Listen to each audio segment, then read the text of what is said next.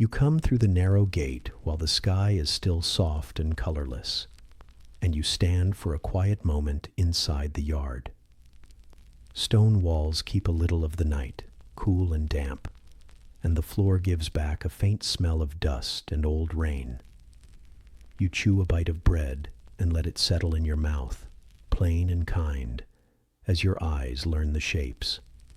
Piles of rope wait on low racks, each coil dark with tar, each ring holding its memory. When you lift the first coil, it presses its weight into your hands, sticky at the edges, and the fibers speak with a low rope creak that feels like morning music. You set the coil down and sort another, large to small, heavy to light, laying them in neat circles that can open fast when the sun climbs higher. The tar's sweetness mixes with cold air, and a touch of iron from your water skin rises to your tongue when you take a small sip. Your sandals find tiny grains on the stone and hush across them. Somewhere above the yard, a pigeon shifts and lets a soft coo drop through the arch. From the alley, a cartwheel rumbles far off, slow and even, while the rope in your hands answers with its low rope creak motif, steady as a heart you can trust. You rub a thumb across the test line to feel the twist. Grain runs warm beneath the tar and leaves a faint stain that smells like pine and smoke. You hold the line close to your ear and lean, waiting for the small talk inside the strands. There is no rush. There is only weight and order in the way the rope settles into your palm. You pay it out across the stone, count arm lengths, and coil it back clean, making wide rings that lie flat and open like calm water.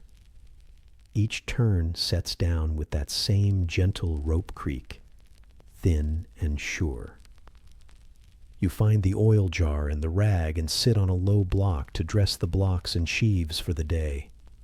The wood of the pulley is smooth at the cheeks, slightly sticky where pitch gathered, and the pin smells faintly of iron and old salt. You work oil into the axle and turn the wheel with 2 fingers until it spins quiet and free. The sound is a small round purr that lives at the edge of hearing. You wipe the rag across the rim and feel the grain rise under cloth. In the stillness, a watchman far off clears his throat and then fades again, and your pulley answers with a lighter echo, a soft turning hum that joins the rope creak like 2 notes in one line. You stand and buckle your belt, leather cool at first and then warm against your waist. Chalk dust tastes dry on your lips as you run it across your palms, a thin white veil that helps the grip. You test the hook, slide it along a ring, and feel the metal bite and hold. Your fingers find the knife sheath, the awl, the spare pins, each tool in its place, each weight known without looking. The belt settles against the small of your back, and the buckle gives a quiet click you feel more than hear. Nearby, a cat slips under a cart and makes a soft sound like air through reeds, and the rope, resting on the block now, gives another low rope creak, patient as stone. You take another bite of bread and a swallow from the skin, leather taste gentle at the rim, and wipe crumbs from your fingers with a piece of cloth. The morning sits light on your shoulders. A thin line of wind slides in from the arch and cools the sweat that rose during the sorting. You touch the arched wall where the day will lean later, and the stone is still cold, still holding night. Dust floats in quiet curls where the first light touches it, and above the yard's edge, the top of a timber mast shows a darker tooth against the sky. You imagine canvas folded like sleeping wings, and feel a slow ease move through your hands. The rope on the rack responds, a mild rope creak, as if the yard itself nods. You lay out lines by use, halyards here, guys there, brails and clews in their own tidy nest, Names do not matter now. Shape and feel are enough. The thick lines lie heavier and sit closer to the ground. The lighter ones lift into your hands like tame birds, fine as a small finger, soft but strong. You mark each bundle with a tie of colored cloth, dull in this gray hour, and you brush the ends flat so no loose hairs catch later. The air tastes clean and empty, and a thin scent of wood smoke reaches over the wall from a far kitchen. A neighbor coughs once in the lane and then nothing more. Only your hands moving in their lane and the rope's low rope creak as coils settle into place. You take the test line to the yard post and send it around the bollard, learning how it bends this morning. The post is worn smooth by many wraps, and it keeps the nights cool inside. You lean your weight gently and feel the give in the fibers, not slack, not tight, just ready. Tar black smears a little on your skin and leaves a sweet, sharp smell you keep even after you wipe it with cloth. When you ease the line off, it whispers across the wood and gives a small, important creak that tells you it will listen later when the wind calls. In that sound is the day's promise, steady, slow, and kind. You cross to the tool chest and lift the lid, the hinges sounding soft and dry. Inside, the awls lie where you left them, their handles smooth from many hands. You roll each in a scrap of cloth, check each point, and set them by size. The spare bronze pins feel cool as coins and carry that faint metal taste when you hold one lightly at your teeth to free both hands for a knot. You tie a bowline on a short tail and work it loose. Tie it again, then a clove hitch, then a half hitch over, as quiet practice for later. Knots should come like breathing, easy and sure, but you keep them slow as the light grows. The rope near your knee offers another low rope creak, old friend in a room that has no walls. The sky climbs a shade brighter, and the first gull swings over the rim, white belly catching what little gold the east can spare.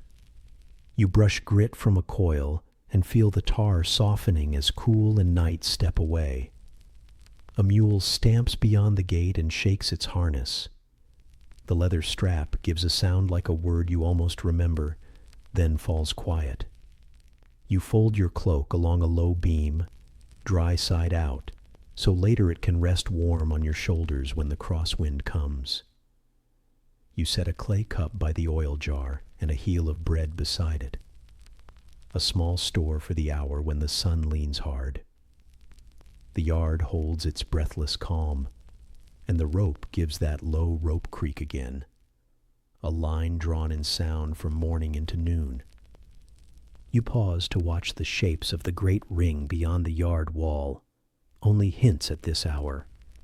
A curve of shadow, the high teeth of posts, the suggestion of rows that will glow pale when the sun finds them. You think of shade folding and unfolding, of cloth like cloud, of lines running true from mast to cleat. But you keep your mind on small things. On the way, tar warms under your thumb. On the way, stone holds you steady through the sole. On the way, breadcrumb softens with a sip of water and becomes easy food. The low rope creak travels with these thoughts, a quiet measure that keeps you from hurry. You run chalk once more across your palms and flex your fingers, not to show strength, only to wake each joint in an easy way. You check your sandals, their straps still firm, no grit under the ties. You touch your head cloth and pull it closer against the nape of your neck, soft wool holding back the last of the night air. You tuck spare cloth under the belt, smooth down the end so nothing dangles to catch. The yard is still mostly gray, but a thin rose shows on the tops of the higher posts.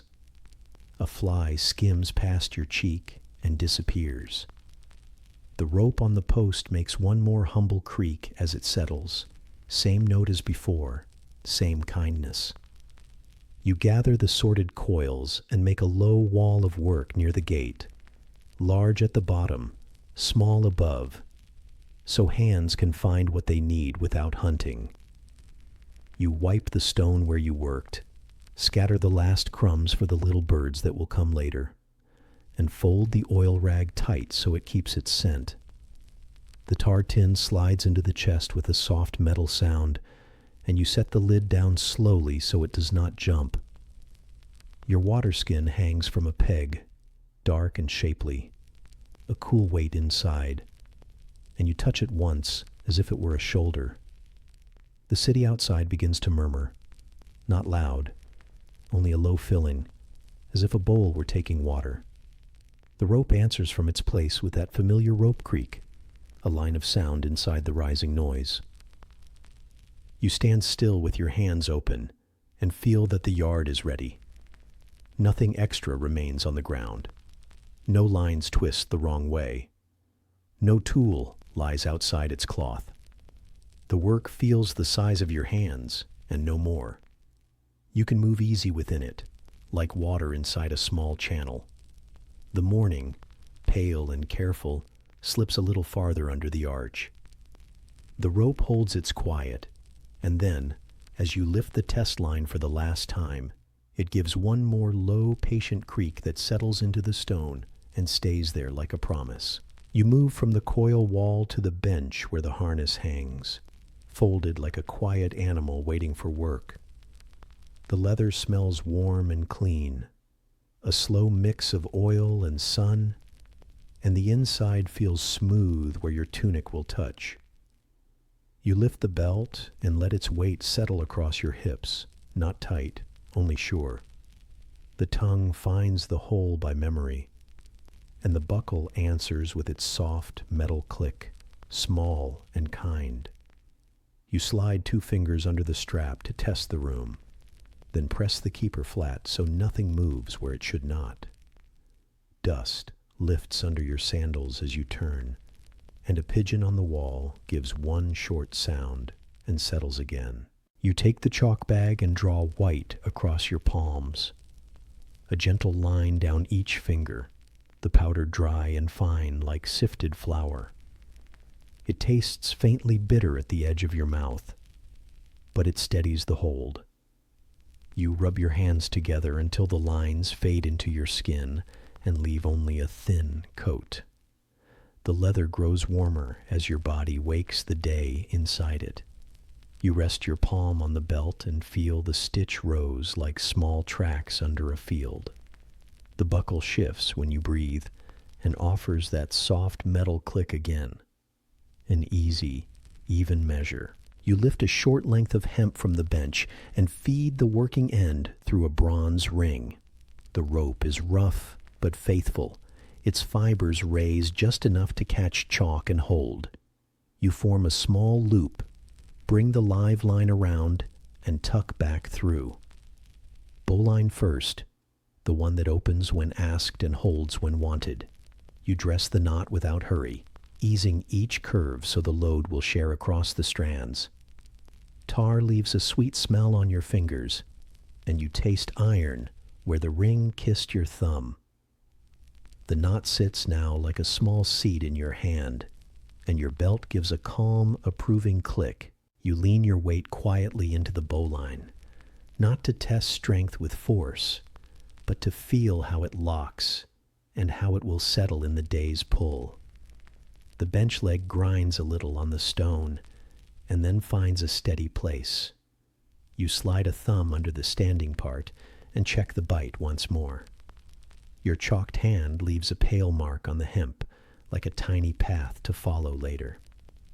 From the alley, a cart moves past, wheel and axle whispering, and far above the yard a vendor clears his throat and fades away.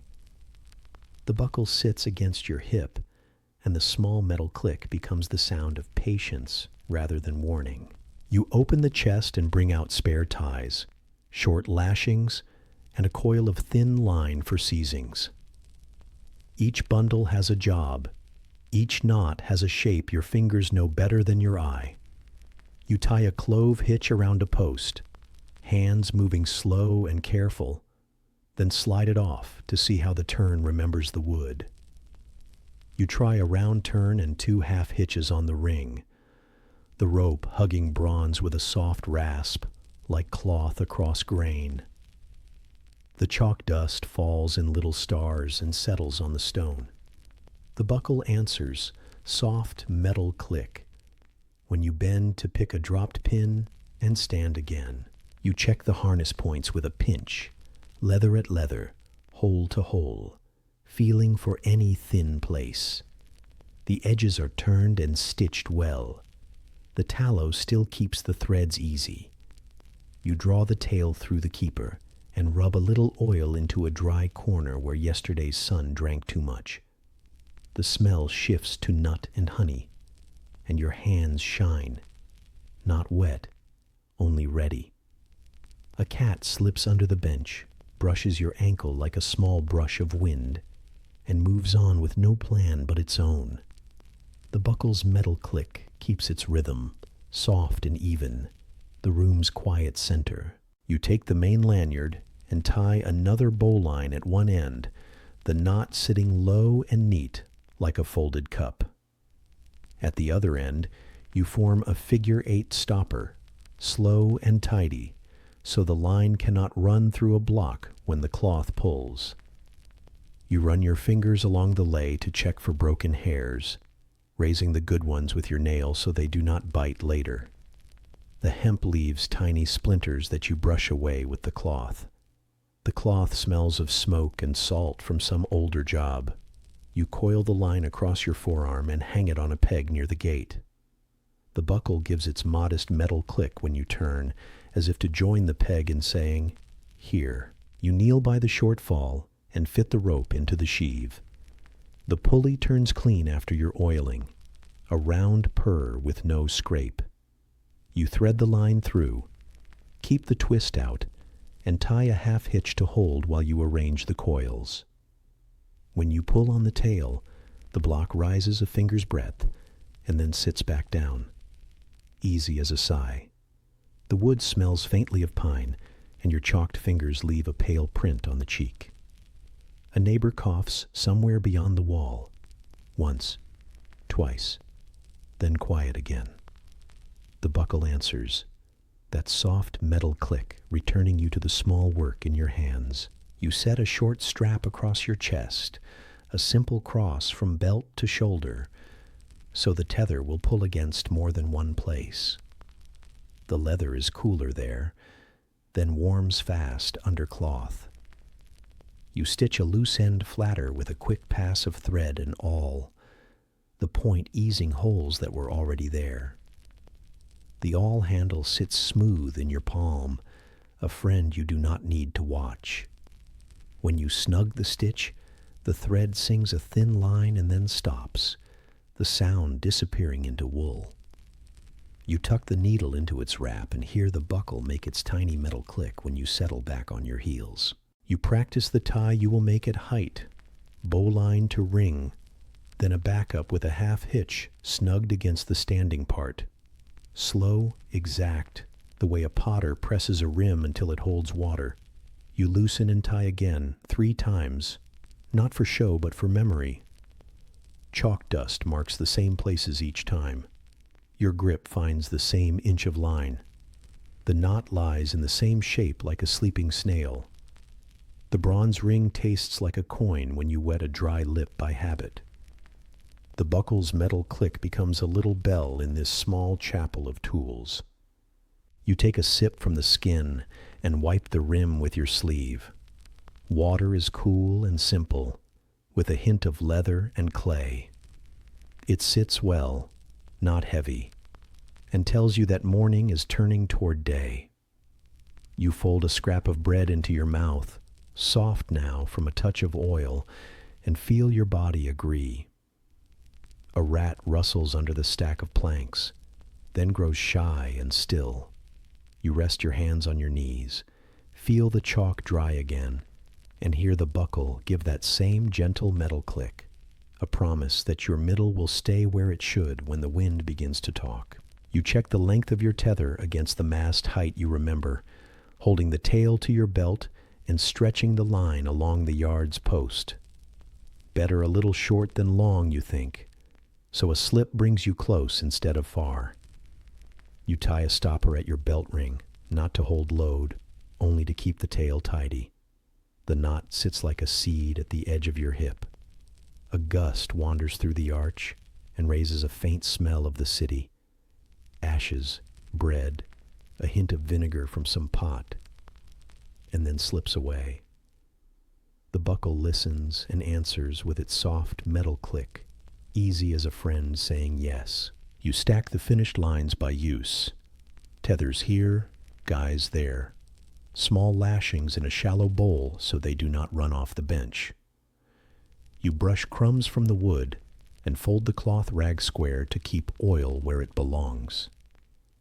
The awls return to their little nest. Points hidden, handles showing, like mushrooms in a low dish. Your belt rides a fraction higher now that it trusts the work you set in it. You tilt your head to feel if anything bites or pulls, and everything tells you it is fine. The buckle keeps its quiet metal click when you shift, a sound light as a fingernail on a cup. You take one more line and practice a quick seizing. 2 parts of rope held close with turns and fraps. The thin cord cuts a shallow path into the hemp and holds the world neat. You finish with a square knot, flat and plain, the kind that lies down without pride. Tar softens under your thumb and leaves a sweet smell like a pine room after rain. Your palms glow with chalk and oil, a simple armor that belongs to the day. The buckle gives that soft metal click once more, not loud, just there. The small heart in a quiet chest of leather and rope. You lift the harness lightly at the hips and let it fall back into place, testing for shift. It stays true. You touch each knot you tied, a gentle check like counting beads. You feel no sharpness, no hidden stone, no line that wants to cross where it should run straight. A gull circles high and gives a thin call that melts into the gray. The yard holds the calm of work made ready. In that hush, the buckle speaks once again, soft metal click, and then rests, the sound settling into leather and stone like a quiet nail in seasoned wood. You leave the yard's chalk and tar and walk toward the high wall where shadow still clings to stone. The belt sits warm at your waist. The coil on your shoulder rides like a quiet animal that trusts your hand. Dust lifts with each rise of your sandal and tastes dry on your tongue. The first step is broad and worn, a shallow bowl where many feet have pressed the same curve. Your palm finds the parapet and learns its chill. The stair answers your going with a soft stair echo that turns once around the arch and comes back small. You climb again and feel old rain tucked into cracks, a cool seam that wakes your fingertips. Limestone smells like shells ground to powder and kept in shade. Chalk from the morning leaves pale ghosts across the rail where your hand slides along. A pigeon shifts under a cornice and drops a gray feather that rides a small draft, then rests. Far off, a cart whispers across cobbles, wheel against axle, steady and slow. The stair echo follows behind you like a mild companion who never asks and never hurries. Your sandals find the low dips that others found before you, neat pockets cut by use and time. Stone is firm but kind, not slick, not sharp, only sure. A thin line of moss keeps a dark thread where water once wandered. Your harness gives a quiet rub at the hip and settles again. The coil's hemp rubs your neck with a warm, rough touch that says the day will be work, but not cruel. From a door below, someone coughs and then falls to a hush, as if the room chose to keep it sleep. That small stair echo climbs with you, a hollow note that turns softer with height. You pass an arch, and see a slice of roofs, tile like baked bread, brown and red in the thin light. Smoke rises from a distant oven and carries a clean, warm smell that makes your mouth remember crust and oil. You swallow and taste a little grit, not much. Only what the steps offer to anyone who asks nothing extra. A cat threads between blocked stones and pauses to watch you from a safe lip, tail slow as a line in easy water. Your palm slides again along the cool parapet. Its skin holds old tool marks like quiet songs pressed into grain. The stair echo drifts out through the opening and returns as if it loved the curve. At the next landing, you rest the coil on a ledge and smooth its turns with the back of your hand. Tar smells sweet under the dust, and the rope's fibers stand ready, rough enough to hold chalk, soft enough to trust skin.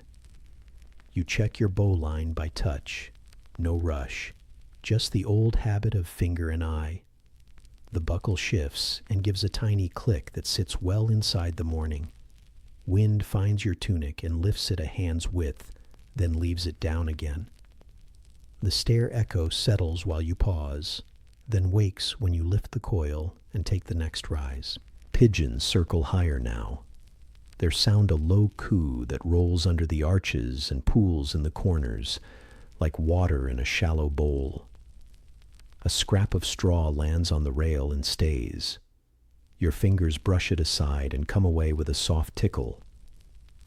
The city's first voices swell and thin, but they are far and light, strings of sound pulled long by distance. A vendor's cart bumps a stone and carries on. A boy runs somewhere along a wall, feet quick, then slow, then gone. Your steps keep their own measure, and the stair echo keeps yours, easy as a friend who walks a little behind. You pass a narrow door where a guard once leaned at night. The wood smells of oil and smoke. A rat rustles in the drain, then freezes into the color of stone and disappears. A patch of plaster shows in the wall like a pale cloud, smooth against rough blocks, still cool from shade. You lean a shoulder to it for a breath of rest you do not name and let the weight find a place. The coil warms your neck again and tells you you are ready to move. The stair echo lifts when you push away, a small sound that rolls up the ribs of the amphitheater and folds back down. Higher, the air feels cleaner, not sharp, only new. The wind carries the scent of watered earth from a garden you cannot see, a faint green line that slides under the smell of dust and old rain. Your tongue finds a crumb of bread left from dawn and presses it flat. The taste is plain and good. Sunlight comes through a broken slit and writes a gold band across your sleeve. The rope on your shoulder casts a shadow like a long snake asleep on a wall. The stair echo thins, lighter now, as if it too climbs toward light. You turn along an upper curve and the city opens wider, roof after roof, a long gray ribbon of river, a far hill like folded cloth. No names are needed. The shapes are enough. Smoke lifts from small fires and draws you a map with lines you know by smell as much as sight. Oak, dung, fish, bread. A stray dog shakes itself on a street below and raises a tiny dust that the wind takes at once. At a window, a woman leans out and beats a rug with slow, firm care. The sound comes up thin and then fades. Your hand returns to the parapet, cool and strong, and the stair echo nods along. One gentle note at each broad step. You pass under a lintel where an iron clamp bites stone, dark with age and rain. Your fingers meet it and come away with a taste of metal you do not mind. Above, the masts wait beyond sight, wood that once knew sea wind, now set to hold cloth against sky. You feel their promise in the way the wall presses your shoulder, steady and tall. A small spider has sewn a line from a crack to a bolt. The thread shines a moment and then hides. Your belt settles, and the coil shifts a hair, and the stair echo stays with you, faithful and small. At the highest outer walk, you pause again and let the coil slide down to your hands. The parapet holds a cool that seems to rise from deep inside the stone, older than any name. You draw your palm along it once more, slow and plain, and a fine powder coats your skin like flour from a baker's board. The city's sound is soft now, more hum than noise, a long cloth of life laid out to dry in sun. A gull rides a draft, white on blue, then grays and is gone behind the curve. The stair echo answers one last time and becomes a hush that rests under the morning. You set the coil on a low block and tighten your knot tails so they will not wander when you go higher. Your hands smell of rope and dust. Your mouth keeps a little salt, and your shoulders are warm where the tunic holds the sun. You look along the ring walk, not to measure distance, only to see where shadow still waits for you. An old jar sits in a niche, chipped and clean, and holds a single wedge of chalk like a small moon. You take it and press a light line on the rail where you will pass later. The stair echo folds itself thin and waits below, as if it knows you will come down by the same broad steps when the cloth is set. You roll your shoulders once and lift the coil again, feeling the hemp wake to your hold. The wind strokes your face with a dry hand and smells of stone, smoke, and a little bread from far away. A swallow writes quick letters you cannot read and leaves no mark. You move along the outer ring, quiet as a shadow. Your belt easy, your knots certain, your body a measure kept in low voice. The parapet stays cool under your fingers. Behind you, the gentle stair echo lingers in the arches and then fades into the wide morning, like dust that settles and does not rise again. From the upper walk, you turn to the boards that hang like a narrow street in the sky. The timber feels sprung yet sure, warm on the top and cool where shade still keeps it. Pitch rises sweet and strong from knots and seams. Salt lives in the fibers, a sea ghost left in wood that once knew waves. You ease the coil from your shoulder and feel the grain under your palms. Your hook finds the ring and settles with a soft click. The line hum rides the air like a low chord that stays. The masts stand around you, tall and patient, posts braced to stone like trunks in a quiet grove. Each one carries iron eyes, smooth where rope has kissed them for years. A faint crust of salt powders your fingers. It tastes like old wind and tears of sun. Canvas bundles sleep along the rail, thick rolls of cloth tied with neat tails. You brush chalk across a hitch and watch pale dust float and settle on dark tar.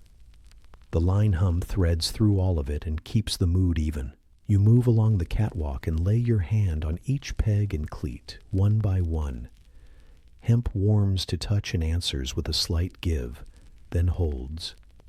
A block turns under your thumb and gives a small wooden murmur, kind and low.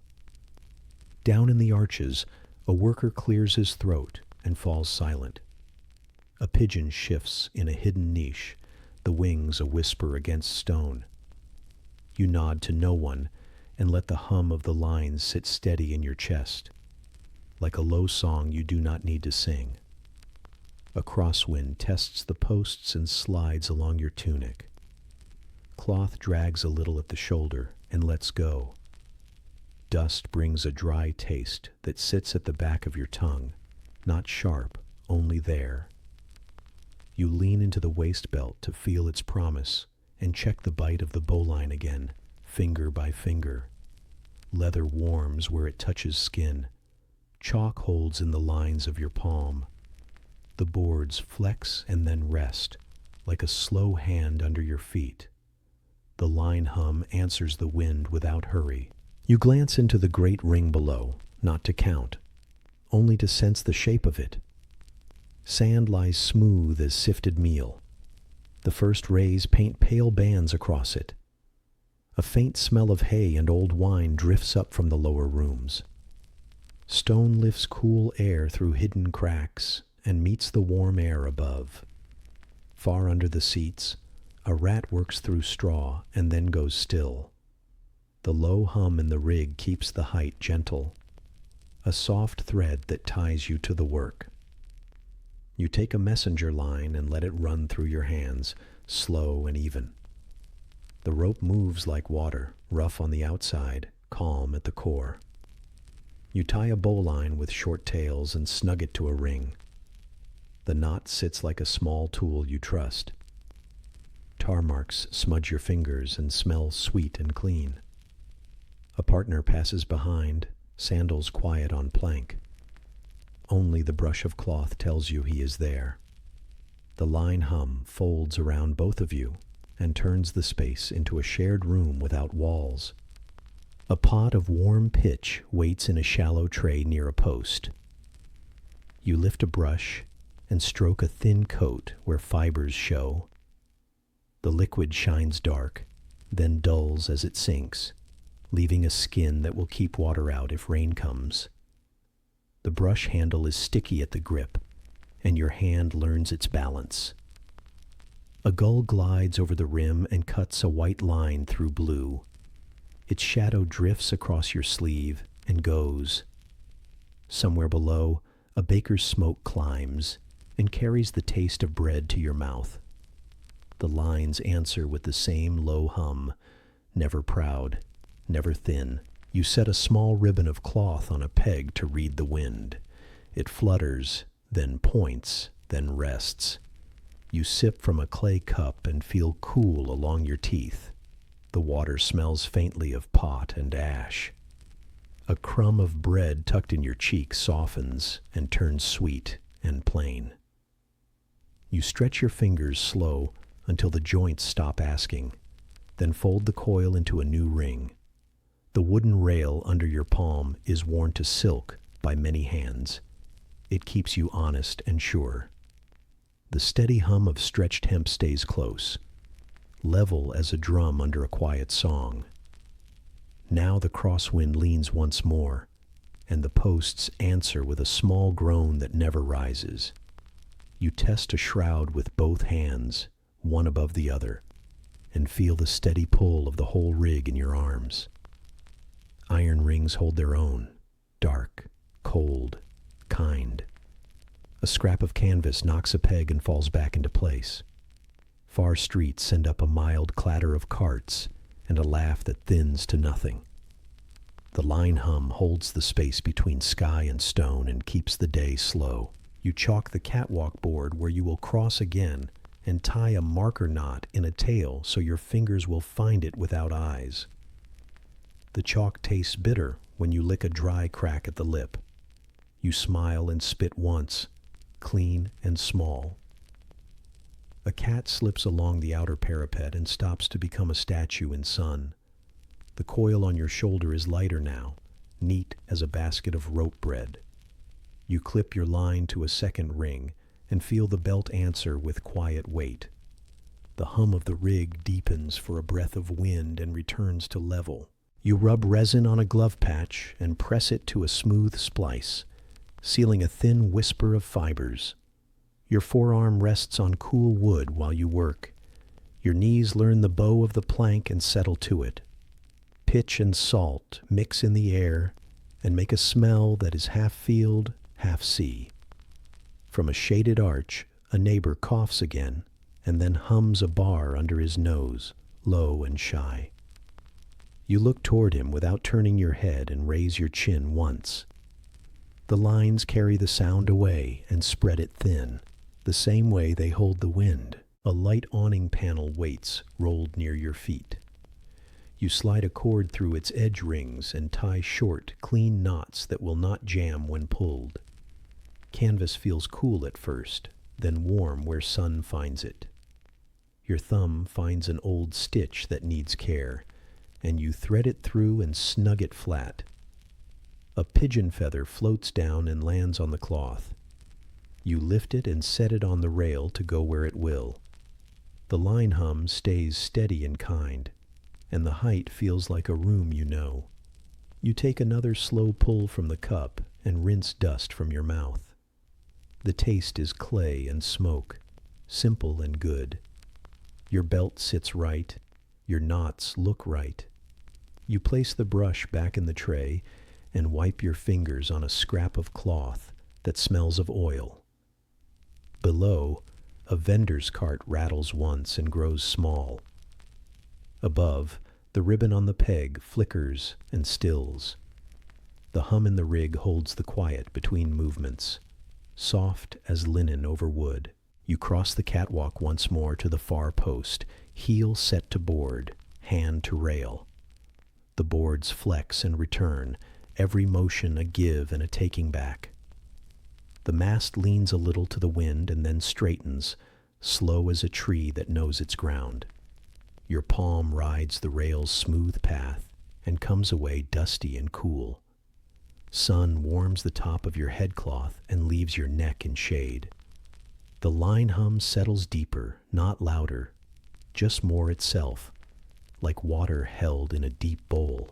You check your line again, feel the hook sit right in the ring, and let your shoulders ease. Tar, salt, wood, and chalk hang together in the air and write the hour in quiet notes. The arena below holds its pale sand and waits. The city around offers its far smells and soft clinks, and then forgets you, as it should. You stand inside the forest of masts and learn its shape with your hands and feet. The steady hum of the stretched lines fills the space and keeps you safe in the high light, a low chord that stays while the morning turns. From the high timber where masts ring the stone, you turn toward a small crate and a bowl set on a flat board. The board holds oil in a shallow rim like a quiet pond. Cloth lies folded beside it, clean on one side, dark on the other. Tar and salt live in the air. The wood under your knees is warm on top, cool below. You lift the first block and feel its weight settle into your palms, a firm shape, you know. The cheeks are pine, tight-grained and close, with a thin line where iron meets wood. You tip a wooden pin free and ease the sheave to light. Your rag smells of oil and old smoke as you wipe the rim and the axle seat. A small ring of brown dust gathers on the cloth. You dip a finger in the bowl and draw a shiny line around the axle bed.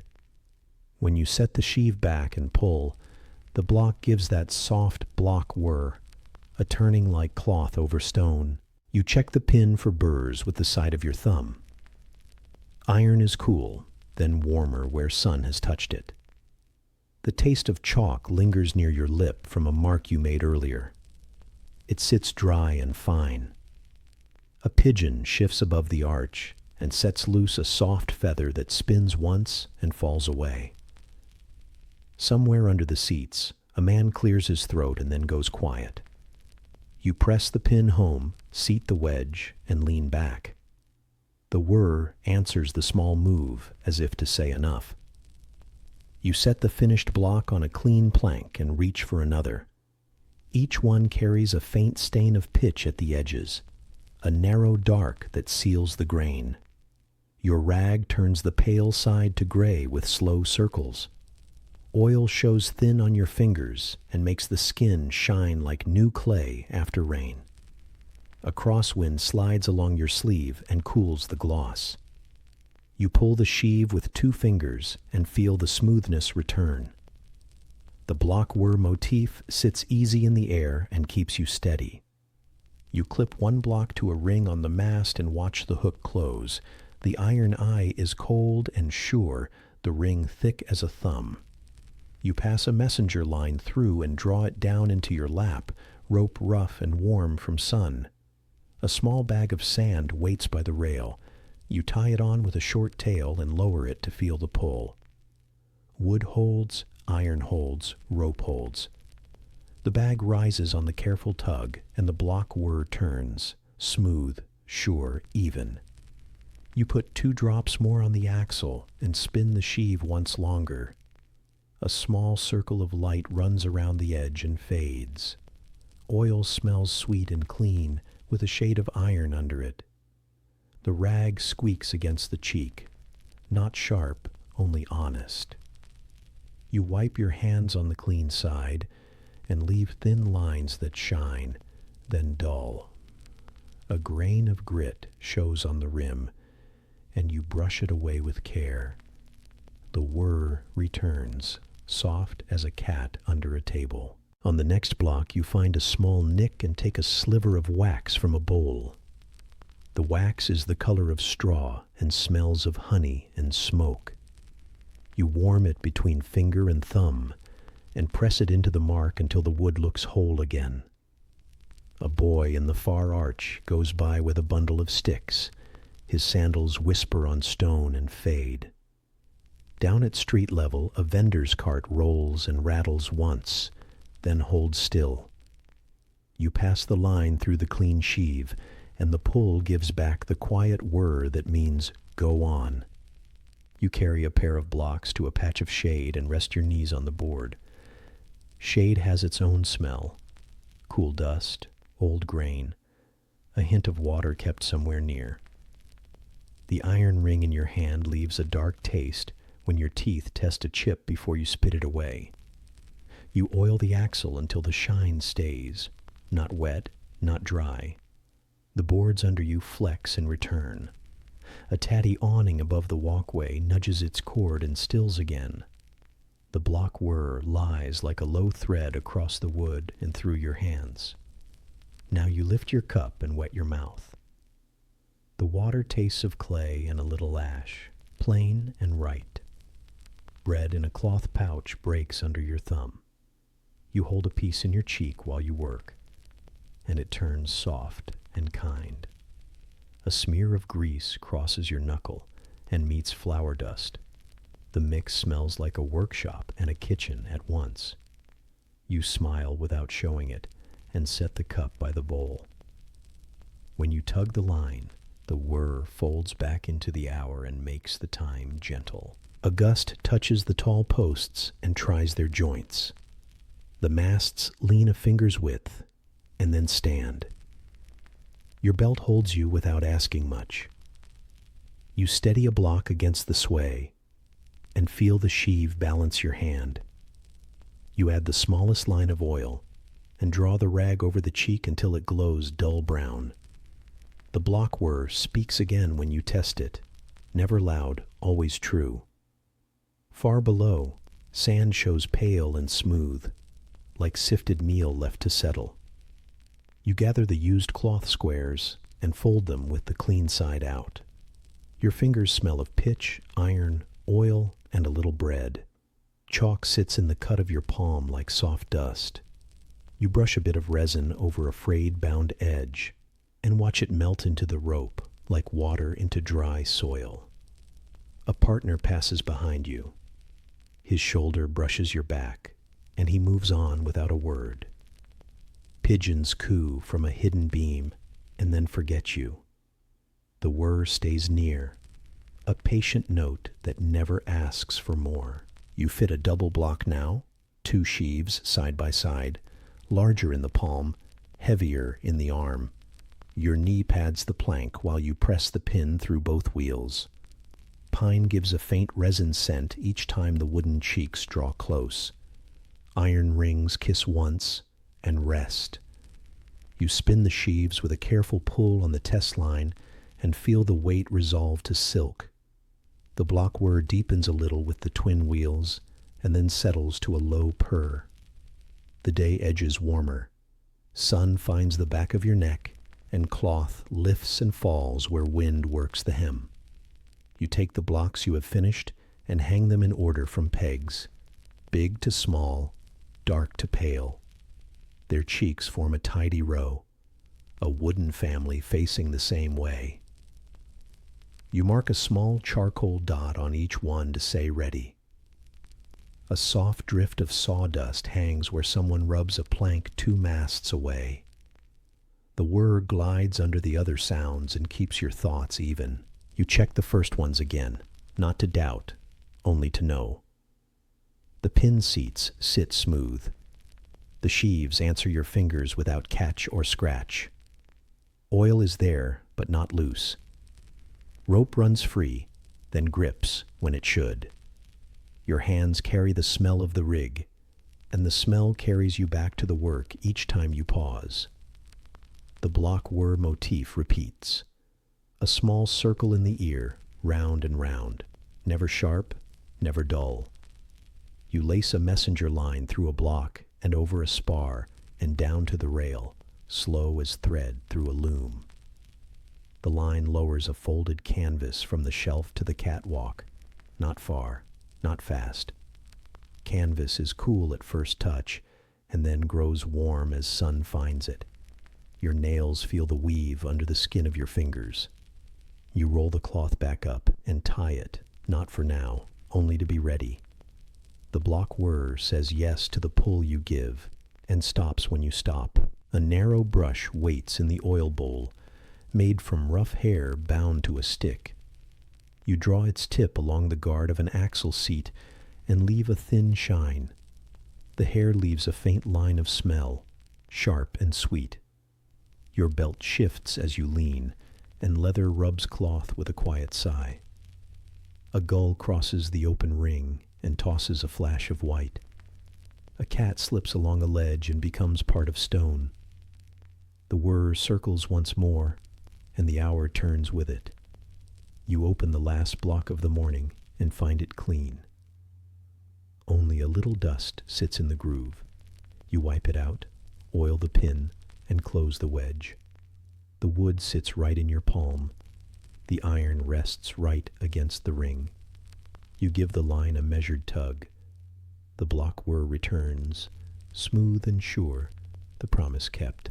You set the rag to dry on the rail, fold the clean cloth square, and press the small lid onto the oil bowl. Your chalk goes back into a pocket that smells of leather and salt. The finished blocks hang in a neat family, their cheeks dark as bread crust. Wind crosses the high walk and moves your hair under the headcloth. You look once across the ring and then at the line you will use next. The faint block whir turns one last time in the quiet, smooth and sure, and then rests like a small wheel asleep. The blocks you oiled hang ready on their pegs, dark as bread crust. You ease the bundled roll from its cord and let it settle against your shins. Hemp ties slide free with a dry rasp. Linen smells of old rain, market dye, and the sea that rode in on salt-stiff rope. The catwalk boards press a familiar grain into your knees. When you lift the first fold and open the seam to light, the panel loosens slow, and the canvas sigh moves along its length, low and even. You hold the bolt rope like a thick snake and feel every splice under your palm. Pine pitch from the masts has warmed. Its sweet hint rides the air. Dust hangs like fine flour and settles on your forearms. Below, a vendor's cart rolls once and stops. A wheel rattles and grows still. A gull slides past the opening and cuts a white line across the deep bowl. You shake the cloth again to clear grit, and the canvas sigh pours off the edge of the catwalk, long and soft. The first grommet sits ready, a small bronze ring set in firm hem. You push a lacing through, twist once, and tie a flat knot that will not bite. Your belt answers with a mild leather creak and then rests. The knot holds like a small stone set in wet clay. A neighbor down the run clears his throat and moves on, feet quiet on wood. When you let the panel fall a hand's width to check the drop, the canvas sigh slips under the boards and flows away. Sun climbs and shows the weave, each thread a pale road crossing another. You run your thumb along a seam and feel wax pressed into old stitch. Your tongue holds a thin line of dye. It is bitter and simple. A shallow bowl of water waits near your knee. Clay cools the lip, and the sip is plain and kind. You wet your rag, lift a corner, and wipe a chalk mark clean. The canvas sigh returns when you shake the belly free again, slow as a nap. You work along the bolt rope, grommet by grommet, the same small care each time. Iron in your palm tastes faint as you test a cleat with your teeth and spit away the grit. The wind has a cross in it now. It presses the cloth with one side and lets the other side go. Linen answers, not sharp, only alive. Far below, sand in the arena shows a high pale light, like flour on a wide board.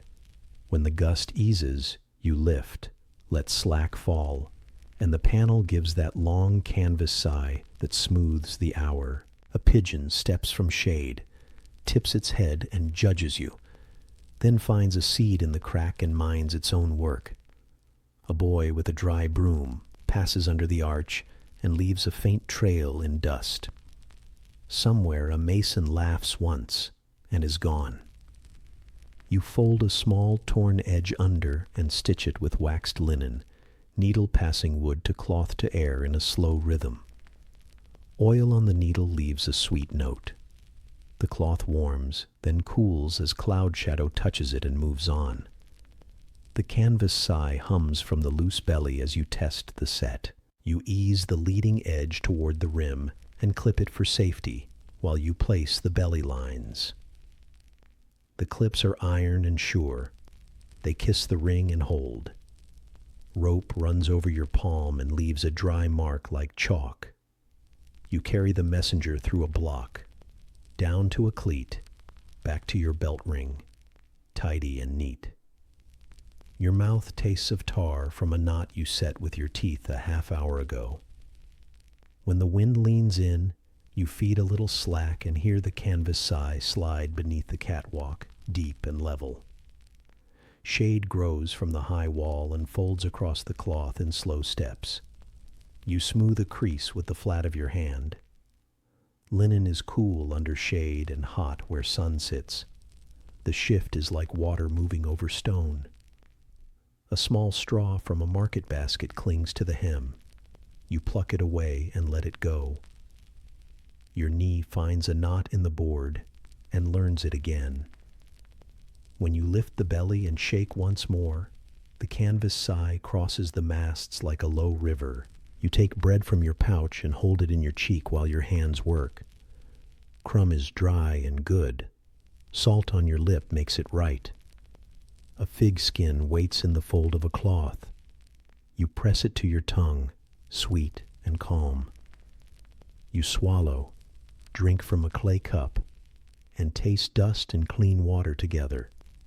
A thin line of grease shines on your knuckles from the blocks, and the sun cuts it into a small edge of light. As you fold fresh slack into the belly and shake it free, the canvas side drifts across the wide mouth of stone, easy and kind. You look down the ring to where other panels rest half open, their long hems like pale roads around a hill. Men move there like slow needles through a large cloth. They do not hurry. They hold, lift, tie, and settle. The same work, same care. A cough answers a distant call, not words, just bodies in the same place. A stray dog noses a scrap near a gate, and then curls, trusting shade. You feed your line through another block and give the cleat its turns. When you pull, the belly rises smooth, and the canvas sigh returns, a soft breath of linen over air that does not sting. You run a palm along the fresh rise and check for hard points. The seam sits easy. The bolt rope carries the pull, not the cloth. Your belt tugs once at your waist, then rests again. The city's morning grows into a dull, kind hum. Market voices turn to wool by height and space. A small smell of smoke finds you and fades. When you shake the last fold near the rim, the canvas sigh answers with a long, even fall across the curve. Now, you let the panel hang in its first set and watch how wind lays a hand on it. The left edge bows. The right edge thinks about it and waits. You lean, set a short line to the thinking edge, and give it a light pull. The panel finds a level that makes sense to wood, rope, and air. A bit of chalk dust lifts from your sleeve and floats away. Under your palm, the weave holds like good bread. The canvas sigh settles lower, not gone, only quiet, like a cat that has chosen a lap. You return along the hem to find the reef points and tie them loose, neat, ready. Each knot sits flat and clean, a calm promise for later. Your headcloth keeps sun from your neck. Its edge smells of wool and oil. You work in shade made by your own hands and the raised belly. Your stomach notes the morning and then forgets it. As you flick grit from the last eyelet and shake the panel once, the canvas sigh flows out and hangs on the light, then slides away. The crosswind picks up a little and tries the set. You feel the pull change in the line you hold. It is not sharp. It is firm and plain. You give 2 more turns on the cleat and lay the end under itself. Rope grates wood, then rests with a good seat. The cloth lifts, then decides to stay. The canvas sigh draws a longer path now, running under the mastheads and along the rim before it falls.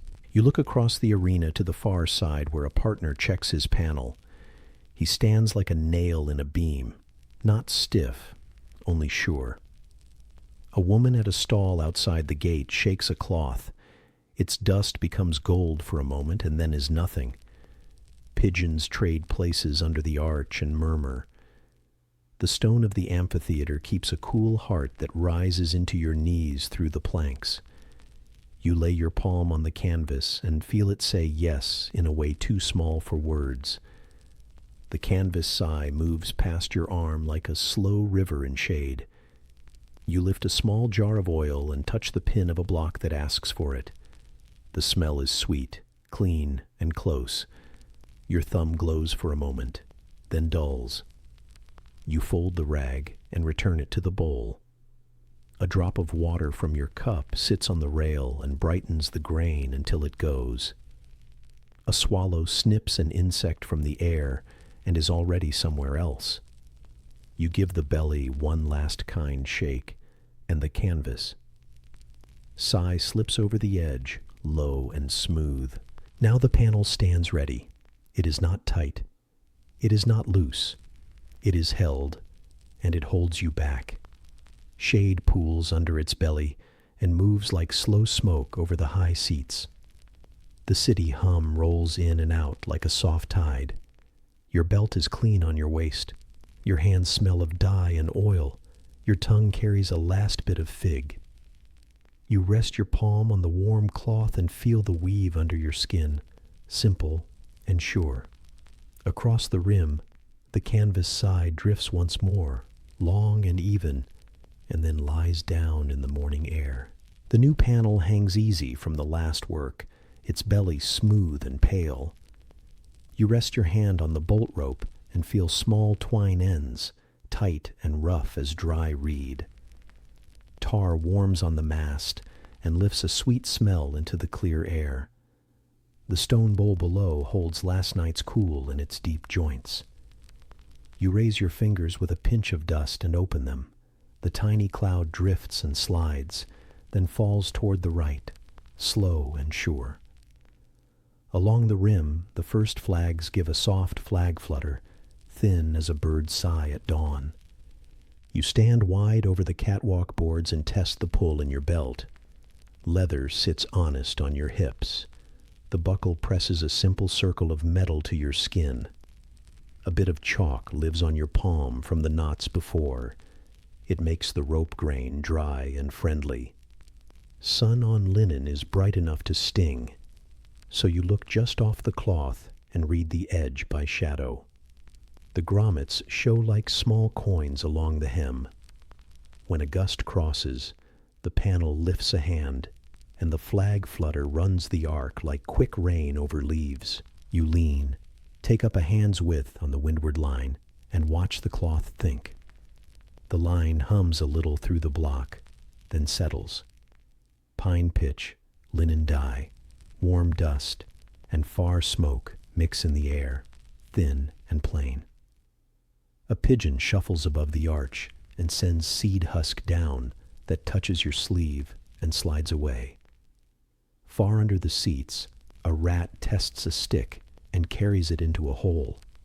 The sound is small and busy. The flags lean again, all one way, and the flag flutter lands in your ears like a cue that never hurries. You lift another pinch of grit and let it go. It lifts first, then falls. Crosswind, steady and not harsh. You feel it run along your neck and under your headcloth. The cloth edge brushes your jaw with a soft thread tick. The rope in your hand grows warmer where your skin rides it. You give the leeward cleat one turn less and ease the line so the belly can breathe. Not the word you use, only the way cloth needs space. The flags answer with the same flag flutter, light and even. You move one pace along the rail, slow and careful. The catwalk gives a little. The wood has that old ship kindness, not stiff, not weak. Through a block, the messenger slides, and the axle you oiled earlier gives a quiet, smooth whisper that feels like a nod. You taste a bit of linen dust again, bitter and small, and drink from the clay cup to send it down. Water is cool and simple. Clay kisses the lip with earth. You wipe your mouth with your wrist and watch the panel belly find its shape as the flags shiver and settle. Across the arena, another worker shifts his weight and checks his ties. You hear a cough, then nothing more. Beyond the arches, a cart rattles over a loose stone and then sinks into a wool-soft city hum. A stray dog trods the edge of shade, nose low, tail easy. A woman at a stall lifts a cover from a bowl and blows smoke from a small fire. The smell carries thin and sweet. The flags along the rim lift, tilt, and agree with each other. And the flag flutter drifts past, as if to remind you that air has its own slow rules. You take a small rag and wipe the sweat that runs down your wrist, salt leaving a crystal line that shines in sun. Your throat tastes of chalk and tar. You chew the last corner of bread to make it kind. Crumb is dry and good. Fig skin from earlier still sweet at the edge of your tongue. A swallow cuts the open and is gone. The shadow it throws is cold and quick on stone. You check the bite of your bowline and rub a thumb across it. Wax and fiber feel clean. The flags give 2 short flutters, then hold. You answer with 2 short pulls and wait. Shade grows and falls in long steps as high clouds walk the sky. The cloth shows every move on that slow face, like a lake kept in linen. You press a hand against it and feel the warm weave lift your palm. A tiny fray shows by 1 grommet. You fold it under and press it flat so it will not rattle or cut. Your belt ring finds a new angle and makes a small metal kiss. Then quiet. The flag flutter runs the rim in the same path, brushing posts, ropes, and heads of the masts. Then it fades into the open. You watch dust on the far parapet slide like powder across a shelf, thin and even. You watch a flag at the far gate point once, hold, and rest. You shift your stance so your heel sits under the pull and your knee can lean into the line. The rope leaves a chalk stripe across your palm that looks like a light road. It is only fiber and dust, yet it helps. A slow resin smell lifts from the cleat where sun warms it. The flag flutter returns, a soft, careful stir, and the cloth answers with a small bow, polite as a nod in a quiet room. You touch the mast with your knuckles and feel heat built since dawn. Wood answers with a deep, patient life, the kind that holds ships and roofs. You run a finger along the bolt rope and count the twists by feel. 1, 2, 3. And then you stop counting because you are not here to count. You are here to watch the air move. Your mouth is dry, but the taste is clean. like bread and stone. The flags whisper their flag flutter, and the sound decides your next small pull more than your eyes or hands do. A gull lands on the rim and stands into the cross breeze, wings half open, reading the same lines you try to read. It smells like old fish and clean water and something wild. Below, a broom works loose dust and sends it into a narrow sunbeam. The beam makes gold for a breath and then loses it. You lower your shoulders and let your ribs widen under the belt so the line can sit easy. Sweat cools on your back and leaves a salt map on the linen.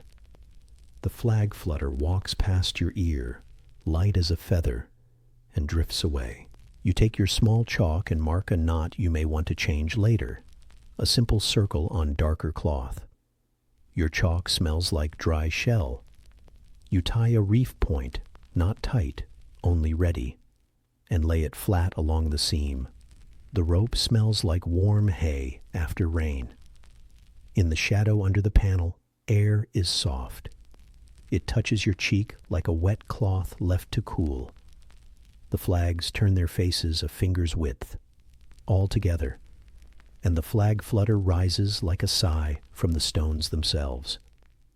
You push a thumb into the cleat's groove and feel the old cuts where lines have lived before. The wood is hard as baked bread crust and kind in the hand.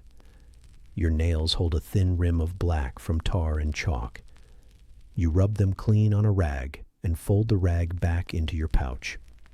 Somewhere, a neighbor hums and stops, the sound small and steady. Not a tune, only work. You nod without moving.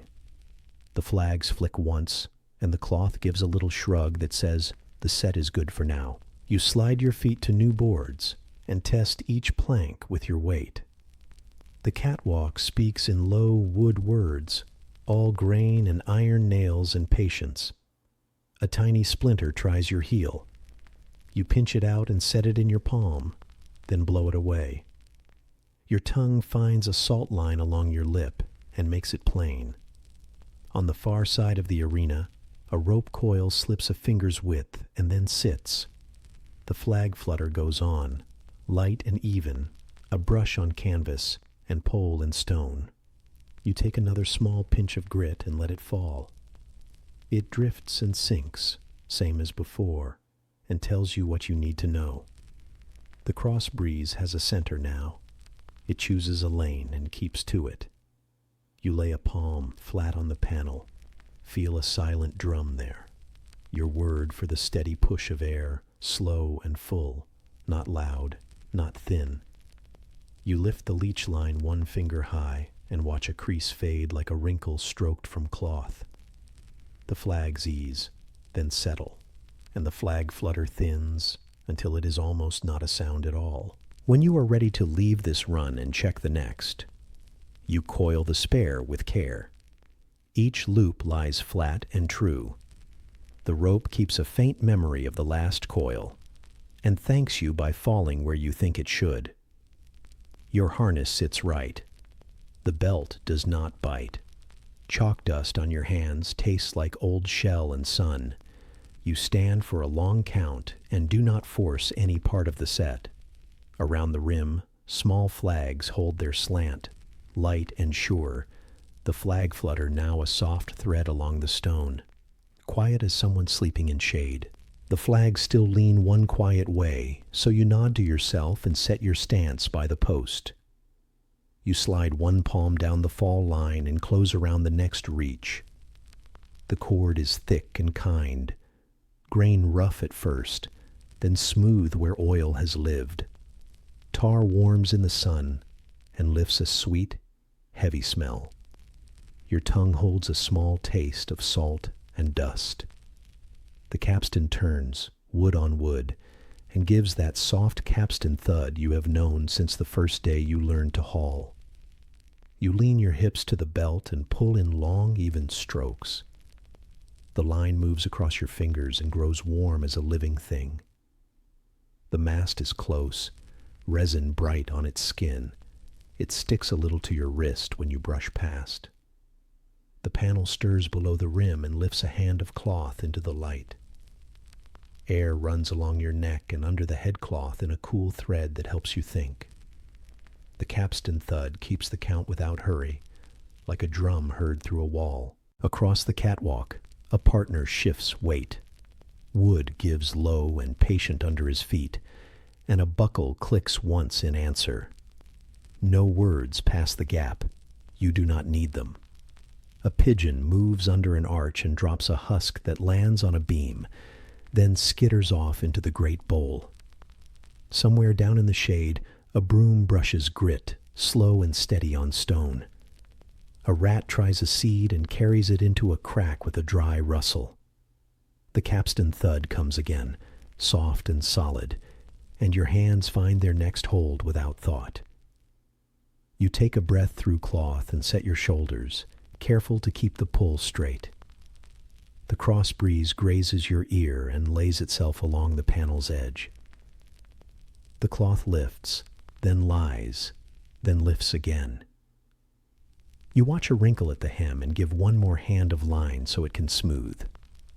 The block faces you, cheeks oiled and clean, and answers with a small, well-kept whir. The capstan thud turns under the boards and climbs up through the posts into your bones. The rope leaves a pale stripe of chalk along your palm from earlier knots. You taste that chalk when you wet your lip. It is dry as shell and plain as bread. A clay cup waits in the shade of a mast shoe. You take one mouth and let the cool sit at the front of your tongue before you swallow. The cup smells of earth and old water. You set it back near your sandal and pull. The capstan thud keeps time. Each turn a quiet knock that says only, now. And then, now again. The panel rises past knee, then waist, then chest.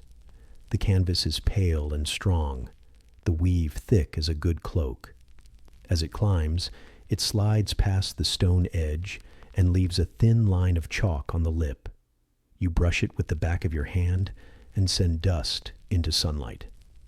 The air smells of hot lime, warm hemp, a hint of smoke from a cookpot beyond the arches. A cough floats up from the passages, then fades. The capstan thud moves under all of it, low and kind. Not a warning, not a call. Just the world doing what the world does. You ease a little slack to the leeward cleat and hold the tail with 2 fingers. The wind strokes the cloth and asks for room. You give it as if feeding a shy animal out of your palm. A crease lets go. A grommet line finds it straight. You rub resin from your thumb onto the cleat horn and feel it grow tacky in the heat. A swallow crosses the opening and is gone. The capstan thud is there again. A soft step you do not walk but still feel in your heel. You shift a half pace and keep your knees easy so the pull can live in your hips. Your belt sits well. The leather has shaped itself to your work. The buckle leaves a round cool on your skin where shade kisses it. Linen at your shoulder grows damp and then dries as the cross breeze moves through. Iron in a nearby ring smells faint, like rain that once was here and forgot to stay. The capstan thud turns, and the line hisses a little along the block throat, not sharp, only a note like a cat that sleeps but still dreams. You check the bowline at the panel's head and slide a thumb over its bite. The knot is neat, the turn tucked, the tail short but safe. You run a finger along the bolt rope and feel each twist like counting beads in a pocket. A small lint fleck from the canvas sticks to your lip. It tastes of dye and dust and sun. You drink that taste with a swallow from the cup and smell clay again. The capstan thud carries on, soft as a heart under 2 blankets. Below, the sand in the arena lies raked to wide, pale waves. A mule at a gate stamps once and then rests with a long sigh. It shakes its head, and the leather on its harness clicks, small and homelike.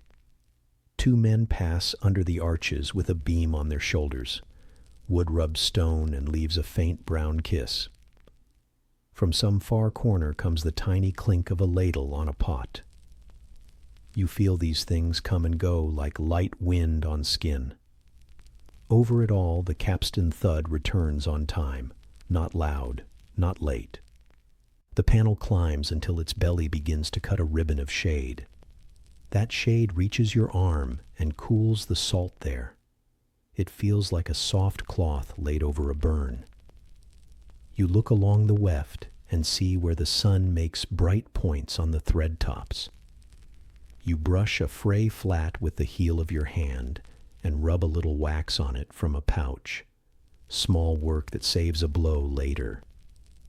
A gull floats above the rim, reads the same wind you read, and turns away. The capstan thud keeps the rhythm while you smooth and set. You give the haul another slow body length, hand over hand, never fast. The rope grows warmer. You turn your grip to let a new patch of skin take the work. A grain works under your nail and you nudge it out with your tooth. It tastes bitter and old. Your tongue is a little numb from salt. You hold a fig seed in your cheek and then forget it. Sweat lines your wrist, then drops away and leaves a cooler path. The capstan thud rolls steady, a soft pulse under boards that do not hurry and do not stall. Wind leans across your face and asks for still more shape. You lift the windward corner with a two-finger tug and hitch the leech line one knot higher. The panel answers at once, the edge now clean, the belly soft and full, the pull not hard but full of weight you can trust. The block you oiled earlier spins smooth on its axle and gives a tiny purr, like a cat that knows your hand. Resin rises again from the mast and smells sweet as honey left warm. The capstan thud agrees, and you begin to coil the slack you have won. You set the coil on the plank, each circle flat, not crossed, the free end tucked. Your thumb carries a thin stripe of black from tar and rope. You rub it into your belt to keep it close. A gust tries the cloth.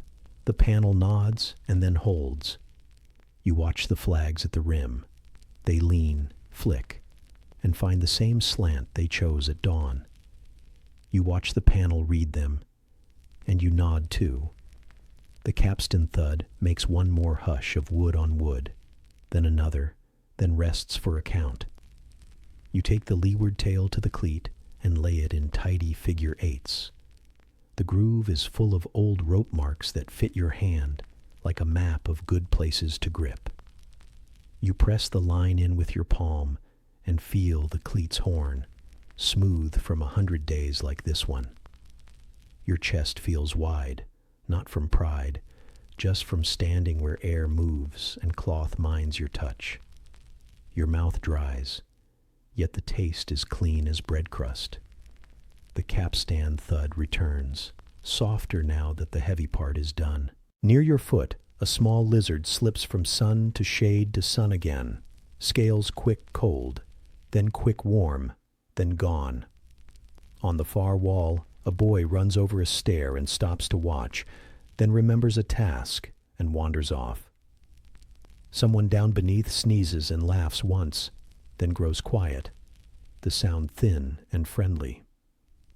A merchant beyond the arches opens a jar. The sour of wine and the green of herbs float up and then fade. In that wash of small life, the capstan thud feels almost like a kind voice that lets the mind settle. You check the reef points along the edge and tie one more. A loose tie that will keep the panel from slatting if the wind turns cheeky. The word sits in your head and makes you smile, small and private. The linen under your fingers is warm as a sleeping bag. You lay the knot flat and press it with your thumb so it will not bite the cloth. A bee comes to the mast, tests the resin with its feet, decides against it, and drifts away. The capstan thud makes a last low sound as the pall catches and holds. You stand with the work and let your arms hang until the weight moves out of them. A thin line of shade rides the inside of your forearm where the panel now throws it. The skin there cools first, then the rest follows. You drink another mouth from the clay cup and taste earth, old water, and a small sweetness from bread that touch the rim. You set the cup down and wipe your mouth on the back of your hand. The air on your lip is cool. The capstan thud is only memory for a moment, a shape in the boards.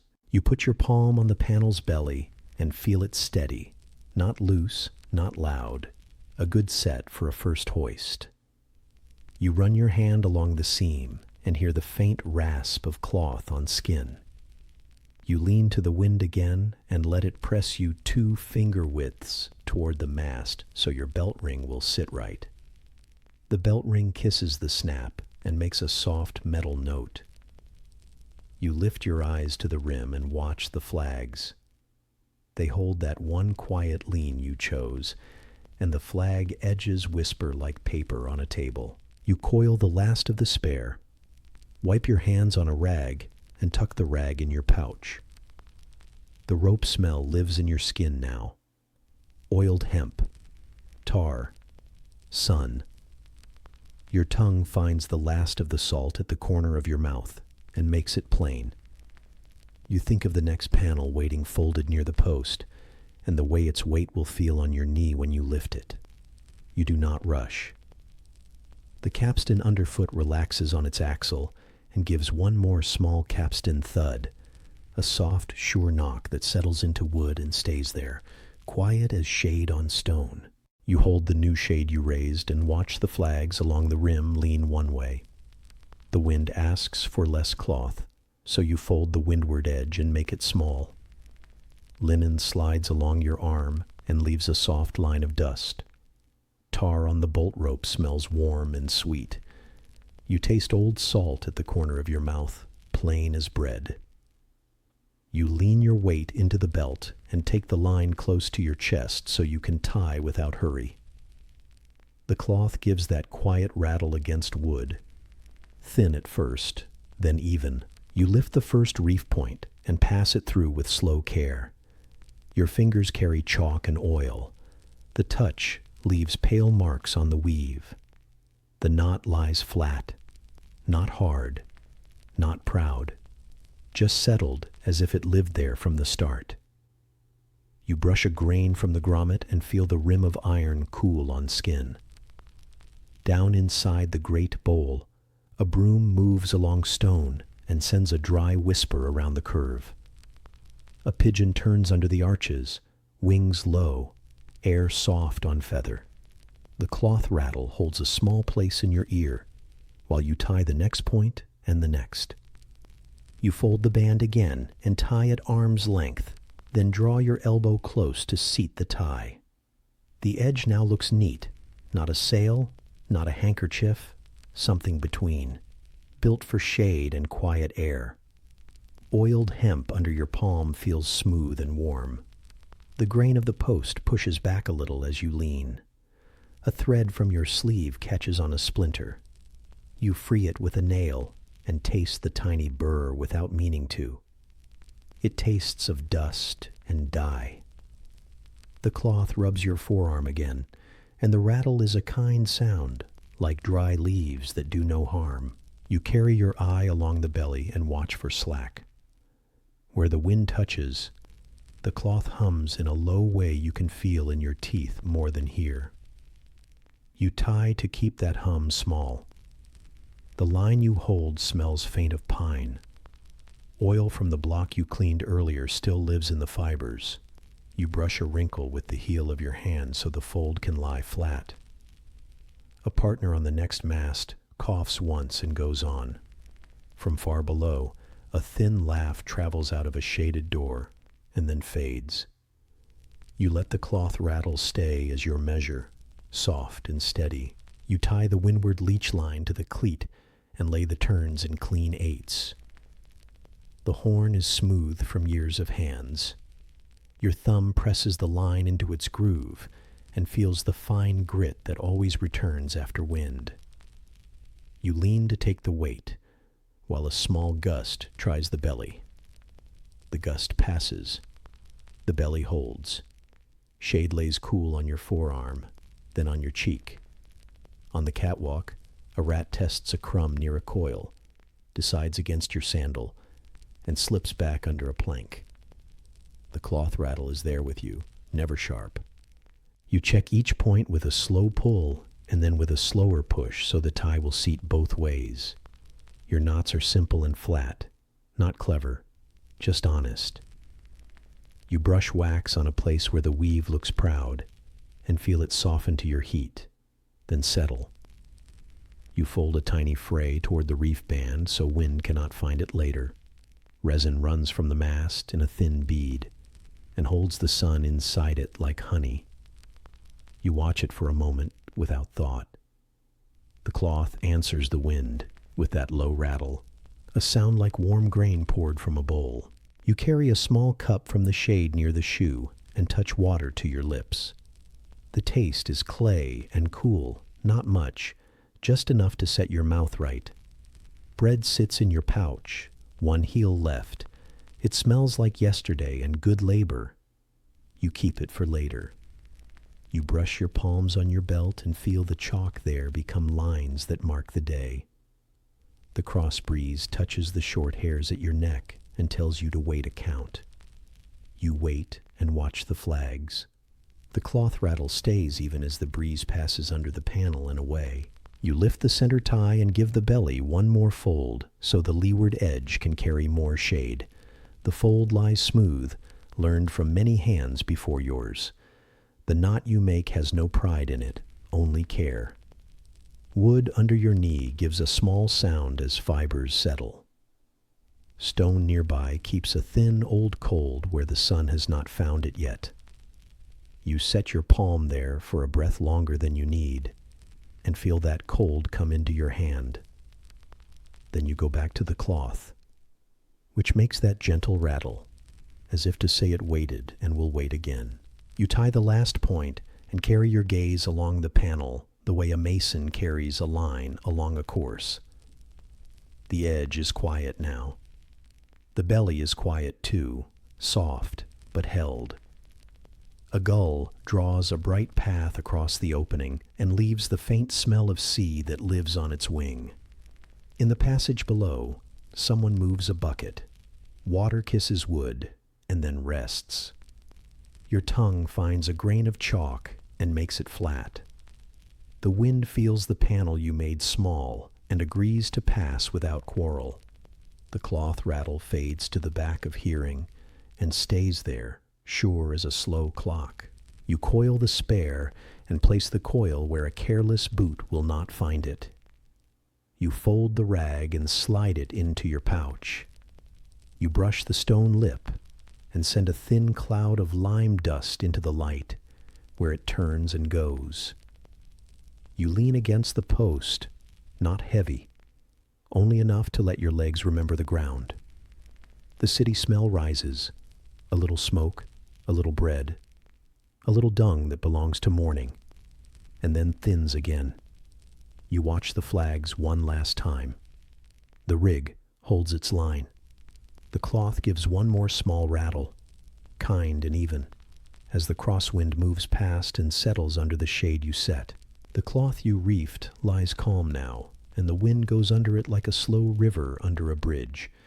You lean your forearms on the rail and watch the sweep of shade travel seat by seat, a dark band gliding over pale stone. The hot glare softens. Edges lose their bite. You feel cool gather on your cheeks and throat, fine as water mist. Dust hangs in sun rays where the shade has not reached, each grain a small spark. Below, sandals move on steps without hurry, and the crowd murmur folds over itself, low and even. Stone that burned an hour ago is gentle under the first rows of cloth. You see hands rest there, then stay. You can tell the moment heat lets go because shoulders drop and faces lift. The smell of bread moves up from baskets, simple and kind. crushed grape leaves a thin, sweet thread in the air. A guard under an arch clears his throat and goes quiet again. The sound sinks into the great bowl and becomes part of the soft murmur that keeps time for the day. You carry a line through your palm and feel the oil you rubbed there early. Faint now. Yet you can find it by touch. The rope leaves fine grain on your skin. Your belt is warm where it sits on your waist. The buckle is a small, cold coin against your shirt. You brush chalk from your fingers onto the rail and make a pale print. A pigeon walks the ridge of a beam and makes no fuss, only a low coo that hides inside the crowd sound. Far below, a broom smooths sand, and the scrape is dry and steady. You watch the sun strike linen and turn harsh white to a soft gold skin. The weave shows and then hides as the panel shifts. You brush a small ripple flat with the back of your hand, then leave it to settle on its own. The knot you tied sits honest and low. Tar from the bolt rope wakes in the warmth and smells like pine and sea mixed together. A boy on a step bites a fig and laughs without a voice. You see the shoulders move and the smile, and that is enough. The murmur swells, then rests, like a tide that only wants to soothe the stone. Vendors move under the shade with trays against their hips. Bread loaves and hard cheese, little bowls of olives, cups of watered wine with a red line low in each rim. The smell is clean and near. You taste dust on your tongue, and the wine scent pushes it back one finger's width. Your hands find the coil at your feet and lay it in a neater ring. Wood under your sandals keeps a soft spring, never sharp, never loud. The crowd murmur takes your rhythm and makes it slower. You look along the arc and see more panels settle. Each one lays a new layer of cool over the benches and the aisles. Where a corner lifts, you tie a short hitch and press it flat. The knot fits its place, like a small stone fits a wall. The wind moves again across your neck. It has given up its little fight and now runs with you, not against you. A cat threads the base of a post and finds shade on a ledge, tail flicking once, then still. The murmur strokes the stone like a hand that knows it well. The great bowl smells like wool, warmed and then calmed, like fruit peeled and shared, like oil on hair, like smoke so thin it is only memory. You taste salt at the corner of your lips and find a crumb of bread there from earlier. You take a sip from the skin and feel the water sit easy and cool. Leather creaks as you lift the strap back over your shoulder. The small sound tells you the stitch you repaired last month still holds. Far outside the arches, a cart rolls by and a donkey calls once, flat and brief. The murmur answers by barely rising, then easing again. You make your round along the catwalk and touch each cleat with your palm, not to test, not to fret, just to know. Your fingers feel the worn grain where many hands have smoothed hard edges. Each cleat is a small promise. You fold a loose end under itself and tuck it away so it cannot tease a child's eye below. The linen above your head sighs in a content way and lets the glare pass into something soft. A man in a far bay coughs and then talks without words to the friend beside him. The shapes of his hands tell enough. The murmur holds them both. You lean with both elbows and look down into the sand. Workers write slow circles with rakes, and lines cross lines until the floor looks like a calm sea with no wind. The sun turns the gold of the canvas into honey, then into amber as clouds stray and thin. A gull slips over the rim and leaves a single white feather on a beam near you. The feather tastes of salt when you catch it in your mouth to hold it, an old habit from rope work on a bad day, and you laugh inside at yourself and set it by the cleat like a small pennant. The crowd murmur runs through the arches and back again, never in a hurry. You take the last heel of bread from your pouch and break it with your thumb. The crumb is dry and friendly. You press a fig into it to make it soft and sweet and let it sit a moment while your hands wipe on your belt. Sun warms the rail, but the stone at your feet keeps the night inside one narrow crack. You place your sole on that seam for a touch of cold and feel it travel up your leg like water in a reed. A rigger across the span looks your way and nods. He does not call. He only straightens a coil, the same as you. The murmur rises, pauses, lowers, carrying the whole place like a cradle. Shade keeps moving. You watch it catch the aisles that still shine and lay them quiet. Faces stop squinting. Hats come off. Children fold into laps, and old men lean back with hands flat on knees. A woman tears bread across her knee and passes a piece, and the torn edge shines very white, then goes small in a mouth. The smell of crushed mint drifts from a cup and makes the hot dust seem far. The cloth above you answers the crosswind with a patient shift you can feel in your belt but not in your bones. The crowd murmur learns the cloth's rhythm and wears it like a cloak. You set your weight on your heels and let your toes rest. Oil from the pulley you tuned earlier has soaked into your skin. Your fingers shine a little in the light. You rub them on a rag and fold the rag twice and return it to your pouch. You close your eyes for a count and hear the sounds stack like thin boards. A clay cup touching stone, a sandal scuffing limestone, a low talk that never breaks into words, a vendor's ladle against a bowl, a pigeon's wings against air under the eaves. When you open your eyes, the sun has taken one slow hand more toward west. The gold on the canvas deepens. You check the leeward ties once more and then do nothing to them, which is its own kind of work. You let the knots sit under your palm and teach your palm to trust them. You smooth a wrinkle that does not need smoothing and then leave it be. The rope tastes faintly of brine and tar when you pull a loose thread across your lips to trim it with your teeth. You spit the thread into your hand and tuck it into your pouch so it will not drift into some poor man's cup. The murmur breathes in. The murmur breathes out. The murmur keeps the bowl easy. Stone cool spreads from the shade and creeps along the steps and under the rails and into the corridors. You can feel it in your shins where the wood of the catwalk meets the wall. It lifts heat off you the way a good wind lifts smoke off a brazier. The city beyond the arches grows a little louder and then softer again. Carts and shouts made small by the high walls and the wide ring. You watch a dog trot the outer lane with its nose down, tail lazy, as if it owns every crack. The smell of wine vinegar drifts up from a jug, sharp then gone, like a quick thought. The murmur floats and settles and floats again. You take your cup and let a finger of water rinse the rim. Clay cools your lip. You pour a splash for the cloth in your hand and trickle it along the edge of a stiff fold, then press the fold flat.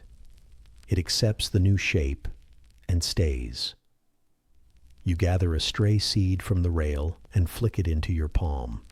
A fig fly lands on your sleeve as if to approve your aim, which is the kindest praise you will get today. You brush it away with one finger, and it goes to find something sweeter. The crowd's sound holds steady and kind, as if the place itself hums. The sun's brass is gone now. Only gold remains, and even that feels soft as wool. Linen breathes in long lines.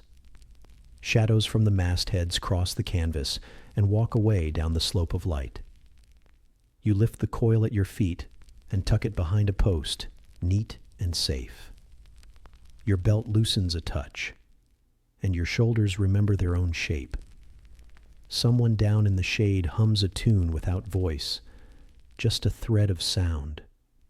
It binds itself to the crowd murmur and disappears into it. You stand with one hand on wood and one on rope, and let the scene sink into you the way oil sinks into hemp. Seats that were cruel at noon are good stone now. The smell of bread and fruit and worn wool blends with pine, tar, and iron till it feels like one simple thing. You look once more along the arc and see the panels hold. Flags along the rim lean a little, then are still. The city loses its edge as day turns slow and round. The crowd murmur rises and falls and rises again, soft and sure, and you let it be your ending sound. Shade rests easy over the wide bowl you watched all morning, and the canvas wears the light like calm water wears sky. You move along the timber rim with a coil at your hip, soles steady on the catwalk. The rope runs over your fingers and leaves a fine grain, then slides smooth as it takes its weight. Tar from the bolt rope lingers near the mast and smells like pine and old sea. Below, a low crowd murmur spreads and folds back, soft as wool laid out to dry. You lean your hips against a post and pay out the first leeward line, letting it run until the belly of cloth loosens a finger's width. The wind at your neck shifts, but stays kind. You feel the pull settle through the rope into your belt and into the plank underfoot. Bronze waits under your hand, round-shouldered, patient. You make the first turn flat and even, then drop the bite across itself, simple and sure. When the tail lays home, there is the small cleat tap that tells you the hitch is honest. You stand a moment and watch the canvas, not with the eyes alone, but with skin, with the quiet of the rail, with the light hand on the line. Flags at the rim lean one way, then hold. The panel lifts and rests like a chest at peace. You count to 3 without sound, then give the rope one slow finger more. The bronze has warmed to your palm now. The green edge under its shine is smooth from other days and other men. Resin from the masthead runs in a thin line and turns hard like honey left in air. You move to the next cleat and carry the coil like bread in a bowl, not tight, not loose. The catwalk boards keep a mild spring, and the wood smell rises when your sandals press. A pigeon turns on a beam and ruffles once, the sound soft as cloth shaken in a small room. You set the coil down, lift the free end, and pass it through your hand to feel for hidden turns. The rope tastes faintly of salt when you pinch it with your lips to free a twist. You spit a grain of dust and smile at the old habit. You cross, you wrap, you lay the tail, and there it is again. The neat cleat tap at the finish. A rigger beyond the next bay clears his throat and wipes his brow with the back of his hand. You hear a broom take a path under the arches, sand on stone, steady and quiet. Somewhere behind you a rat noses a scrap in the gap between beam and wall, then retreats with a tiny grit shiver. You keep your own pace, slow and sure. The rope warms, the coil shrinks, the bronze keeps its place. Each hitch sits like a small stone set in a wall, flush and plain, built to be forgotten until needed. You stop to loosen your belt a finger's width and tuck a stray strand into the leather. The buckle touches your hip like a cool coin. You rub chalk off on your cloth and watch it bloom pale and then fade into the weave. The cloth of the Velarium shows its threads where the sun slips through. The gold has deepened since midday, and the light feels softer on your cheek. A vendor under the shade lifts a tray and shifts it to the other hand. The handles make a quiet wood click you almost miss inside the hum. You take water from your skin. Not much, just a mouthful to clear the dust. The clay taste lingers from the cup you left by the post. Clean and familiar. A curl of tar has stuck to your thumb. You scrape it with a nail and fold it into a tiny ball and flick it into your pouch so it will not find a seat below. You pull the next line across your thigh and feel the fibers wake under your palm. You give the canvas a look and a moment, then ease the leeward side again. The rope settles. The cleat receives. The small cleat tap lands like a period at the end of a calm sentence. You find a knot that seems a touch proud and press it flatter with your thumb. The memory of the morning's oil is still in the wood, and the smell comes and goes when the wind changes. A child laughs somewhere down the slope. No words, only a clear sound that rolls off stone and thins. The dog that owns the corridor trots past the arch you can see, nose low, tail slow. You keep your eye on your work and your ear on the body of the bowl. The rhythm is content now, and all you need to do is keep it so. You shift the coil to your other shoulder and feel the strap print a line across your shirt. Your fingers have found their old timing again, the pace that makes the work feel like a song you learned from the sea. The line slips and holds, never in a hurry. You take a small length to make a stopper and lay it under the wraps. The bronze is warm, and your hands do not argue with it. At the close, the tail drops, and you hear the soft cleat tap, a note so light it could be a ring against a cup. You pause to stretch your back against the post and let the wind pass around you like water around a stone. Your skin smells of sweat and hemp and bread crust. It is not unpleasant. The city outside the arches softens to afternoon, carts rolling slower, voices dimmed, a gull giving one short call and then drifting away. You look along the arc of linen and see no twitch that should not be there. The crosswind that tested you before noon is calmer now, but you still honor it with careful lines. You rest your palm on the rope and feel its quiet hum. You set yourself at another cleat and lift the tail to sight along it, checking for chafe where it crosses a wooden edge. The timber looks sound. You brush a splinter away and smooth the place with your palm. Resin from a nearby post sends a clean pine thread into the warm air. You pay out 2 hands, then 1 hand back, and watch the belly shape itself. Your fingers read the pull. You trust them. The hitch falls into order and ends with the little cleat tap that keeps your mind easy. You pick out a seed from underfoot and flick it into the dust so it will not roll under your sole later. A shadow crosses your hands as a gull passes the rim, and the light returns, softer. A thin line of cloud brings the sun down from white to a pale brass. Someone far below breaks a loaf, and the scent of fresh crumb reaches you like a gift. You chew what is left of your heel and decide the bronze knows your name by now, which is as proud as you will get today. The crowd murmur lifts and settles, still the same slow tide. You step across a gap where the catwalk boards meet at an angle and feel the beam give a friendly breath under your weight. Your belt line is snug. Your clip sits straight. You test it with a quiet pull and then leave it alone. The next coil lies tangled around a peg. You lift it free and run it through your palm, teasing out the twists with patient hands. The rope warms again, alive in a small way. You make your wraps, lay the bite, press the tail, and there is the soft cleat tap that closes the thought. The sun slides along the canvas, and the shade casts tidy rectangles across the upper rows where the stone once stung.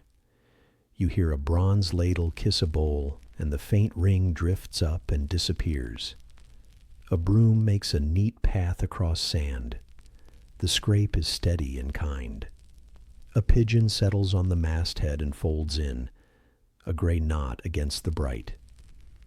You clean a smear of tar from the cleat with the edge of your cloth, so the metal will not soil the next man's hand. The line you set holds like a quiet vow. You pass a finger over the seam of the canvas where two panels meet and feel the stitch, grain against grain, tight and even. Linen tastes of dust when you lick your thumb to press a stubborn fold. You wipe your thumb on your shirt and carry on. The rope pulls in your hand as a gust slides under the cloth, but the gust has lost its sharpness, and the belly only lifts, then rests. You wait through it, eyes on the flag at the rim. When the cloth settles, you let a little more line go and lay it down the same way as the last. The cleat tap lands light and the panel eases. Your pouch bumps your hip with each slow move and reminds you of the small, plain tools inside. A bit of chalk, a spare thong, a nub of rag, a crust of bread you forgot. You keep them as a habit keeps its person. The wood rail under your forearm is smooth where many arms have leaned the same way. You drag your sleeve along at once to wipe the grit and feel the fabric whisper. The smell of warm wool from the seats below reaches you and folds into the pine and tar in a good way. You drink another mouthful of water and let it sit quiet. You glance across to the opposite bay and see a man rub his wrist, then return to his cleat and make another set of raps. He nods into the wind, and you nod into yours. Between you the canvas lies like a broad, patient animal, breathing in long lines. Your part is the leeward care, the soft hand. You make one more hitch, and the tail tucks under and settles. The cleat tap is so soft this time you feel it more than hear it. A little touch against bronze. You set both palms on the last cleat and let the warmth of metal run into your skin. The rope lies level, no turn crossed, no tail proud. Flags lean and hold. The belly of the cloth answers calm. The crowd below continues in its low wave, a murmur that moves and rests and moves again. You rub the rope once more for luck, though you do not call it that, and smooth the rag across the cleat to leave it clean. Then you stand still and listen to the rim. Shade holds. Linen breathes. Resin sweetens the air near the posts. Your belt lays flat. Your clip is easy. A gull drifts out of sight. Somewhere a small cartwheel knocks once on a stone lip and keeps going. You look along the arc of your work and feel the quiet in it. The tiny cleat tap from the last hitch stays in your ear, light as a seed on wood, and the bowl rests under it, full and calm. Shade still holds from the work you finished along the rim, and the canvas settles like a wide, calm wing above the bowl. You lean your back to the mast where the wood is cool at first, then warm. Your belt sits easy. Your clip lies quiet against the plank. You set a small cup on a flat board and watch the rim touch wood and sing the lightest ring. That soft cup clink steadies the space, as if a kind hand touched the day and told it to rest. You fold your cloak for a seat, dry side out, and slide down until your knees soften. Dust takes your heels and keeps them from rolling. You open the pouch and find bread and a few olives wrapped in cloth. The olives smell of brine and smoke, and the bread smells like yesterday's oven. Your water skin hangs from a peg, dark and worn. The lip by your mouth is smooth from many drinks. You lift it and taste leather and a little oil, and you let the cool wash settle. The cup meets the board again, a small cup clink, thin as a thread, sure as a knot. You break the bread and hold the piece a moment so the crumb loosens. The crust rasps your palm. Flour dust clings to your skin. You press an olive between thumb and finger until a mild shine coats the bread, and the salt wakes the soft center. Resin from the mast gives a clean scent that rises and fades with the moving air. The canvas overhead shifts an inch and then goes still. A slow cloth move you feel on your cheek. A pigeon turns on the beam above and drops one feather that slides down the edge of a post and rests at your side. You set your sandals by your thigh and rub your arches with both thumbs, working oil from a small skin into hot lines of muscle. Your hands smell of tar, pine, and food, a true sailor's plate, though you stand on stone. You wipe your fingers on a rag and see the day's work marked there, a line of chalk, a hair of hemp, a faint stripe of grease. Warm dust holds to your ankles. It feels like a gentle wrap. Far below, the crowd gives a low, even murmur that drifts and folds like wool laid on a bench. You listen without trying. It rises, it settles, it holds. You lift the cup again and let a mouthful sit on your tongue. The clay taste from the water jar lingers, simple and kind. The cup rim kisses the board when you set it down, and the small cup clink keeps your time better than any drum. A vendor's tray clicks somewhere under the arches, wood to wood, then quiet. A rigger in the next bay clears his throat, not to call, only to ease a dry line in his chest. A broom passes along a corridor you cannot see, sand on stone in slow strokes, steady as a tide within walls. You lean into the mast and feel the grain print a light pattern through your shirt. Linen at your shoulder smells of sun and sweat and soap from last week's wash. You break another piece of bread and tuck a slice of olive inside. The salt sits on your lips and tastes right. You chew in long, slow work, and your jaw loosens as if it had been lifting rope all morning too. Even the mast seems to approve. It does not move you along. The cup answers once more with a faint clink as you nudge it with a careless finger. You draw your knees up and wrap your arms around them, resting your chin on folded wrists. Above, the Velarium shows its threads, where light slides thin, gold at the edges, pale in the center. Flags along the rim lean one way and hold there with patient hands. A gull crosses the gap and is gone. You smell warm wool from the seats below and a touch of fruit from a basket carried past the lower arch. A thin line of tar on your thumb softens in the heat. You roll it small, as if the day needed one more little ball to make it whole, and tuck it in a pocket so it finds no seat. You set your sandals back on and tighten the heel loop with a neat pull. The leather warms to your fingers and then to your feet. You rub a dry place on your ankle with a drop of oil and tie the thong flat so it will not pinch on the climb down later. You drink again, only a small sip, careful with stores. The water skin rests back on its peg with a soft thud, while the cup touches the board with that same slight sound, the faithful cup clink. A fly drifts near and loses interest when you wave a slow hand. It moves on to the sweet rind someone left on a step 2 bays over. You watch the shadow line across the seats as it walks from row to row, easing heat, making room for air. The stone no longer glares. It holds light the way old bone does, strong and quiet.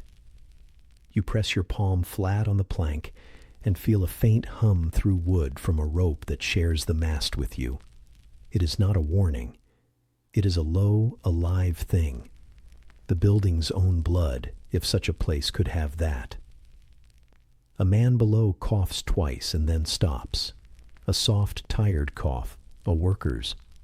You hear a rat make a quick search in the beam seam and then tuck itself away again, patient as dust. You turn a little to rest the other shoulder and set your spine along the mast, head just under a peg. The peg has the mark of many belts. The grain is polished there and dark. The shade holds your face and loses the harsh line at your brow. You close your eyes and count the small sounds. The cloth's far sigh, the broom's long path, the crowd's slow sea, the rope's faint murmur, the cup's shy clink. Between them, you hear your own ribs move under your shirt. Not loud, not proud, only regular and plain. The air carries a thread of smoke from a brazier by the lower gate. It smells thin and good. You open your eyes and take up the breadcrumbs left on your cloth. You pinch them together and make a small ball and place it on the beam for the pigeon's later visit. Your fingers carry the taste of oil and flour. You lick them clean and wipe them on the hem. You lift the cup and give yourself one more drink. The water is warmer now, but it still calms the mouth. When you set the cup down, the rim makes that soft little ring again, a true companion. It holds the day in a narrow circle of sound and then lets it go. You brush dust from your knees and fold the cloth around the empty olive pits. The pits knock once against each other inside the wrap. A dry click, like seed in a gourd. You tuck the bundle deep in your pouch to throw away on the walkout. You check the knot at your belt and the tie at your wrist, simple guards against a lazy hour. The breeze at the rim sends one cool line under the canvas to kiss your cheeks and pass. Linen above answers with a low drift, a rise and a fall like a sleeping thing. You lean forward and stroke the rope nearest you with 2 fingers. It feels firm and true, not dry, not soft, just right. The coil you set beside the mast keeps its shape, a neat ring that looks like a little pond cut from hemp. You lay the cup near the coil and listen to the faint clink as china meets wood. You smile at the quiet order of it. Rope, mast, canvas, cup, bread, dust, all in their places, all kind to the eye. You hold the scene the way your hands hold a knot, light, sure, willing. You gather your sandals under you and set one foot, then the other, into the dirt near the plank's edge. The dirt is fine here, sifted by many souls, warm where the sun found it before the shade came. You press your toes into it and feel the day leave your feet. The mast bears your weight as you rise, a soundless ally. You take the skin from the peg and cover the mouth with its cap. The strap slides over the hook, leather on bronze, and rests. You stand a moment longer because the bowl is quiet and the work is set. You let the stillness use you. The city breathes beyond the arches, but you do not follow it. You watch a fleck of dust hang in a ray and then move out of sight. You pick up the cup and place it flat inside your bag so it will not roll later. The rim brushes the leather once, and the small cup clink answers you one last time, tender and light, and then fades into wood, into canvas, into stone. When the quiet meal sits warm inside you, and the last cup ring fades into wood, you rise from the mast and brush dust from your knees. Shade now climbs higher on the stone, cool and plain. You touch the nearest rope and feel it answer, warm along the grain, a sure line from your palm into the rig. Tar hangs faint in the air, sweet and old, while below the crowd's soft murmur pours and slows like water over pebbles. You lift the halyard from its cleat, let it pass through your fingers, a finger's width at a time, and hear the pulley above kiss each strand. Tick, and then a breath of canvas glides. Tick, and the panel loosens just enough to lie smooth. You lean your weight back, heel firm on plank, belt snug at your waist, and make the rope move in small, even runs. The linen overhead shows faint blue where shade gathers, pale gold at the seam where sun still rests. You draw that seam an arm's length inward and hold there, counting by feel more than number. The rope warms your hands, and a little salt dries on your lips from the earlier work. A gull wheels past the high gap and leaves a thin cry that falls away. Above, the pulley teeth keep their patient song, light, kind, regular, so calm you could match a hand to it as if to a slow drum that no one sees. You set the bite back on the cleat and smooth the turns flat, one, then another, each lying clean and level. Bronze feels cool under your wrist at first, then takes your heat and gives it back. You lay the spare slack in a small coil, not large, just neat, so your foot will find no loop in a busy minute. Resin from the mast lifts when the sun slides from cloud, a soft green scent that rests low in the chest. From the corridor below, a broom swishes past and carries dust along the curve, steady as the hour.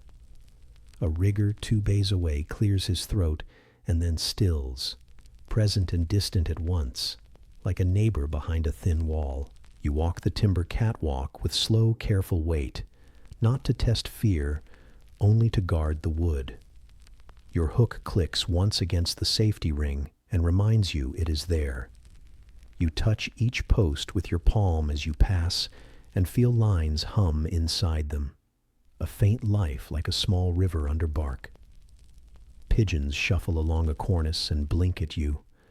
One pecks at a dry seed skin and lets it go to drift over the seats. The city's odor climbs on a light wind. Olive press, smoke, old wool, warm bread left open.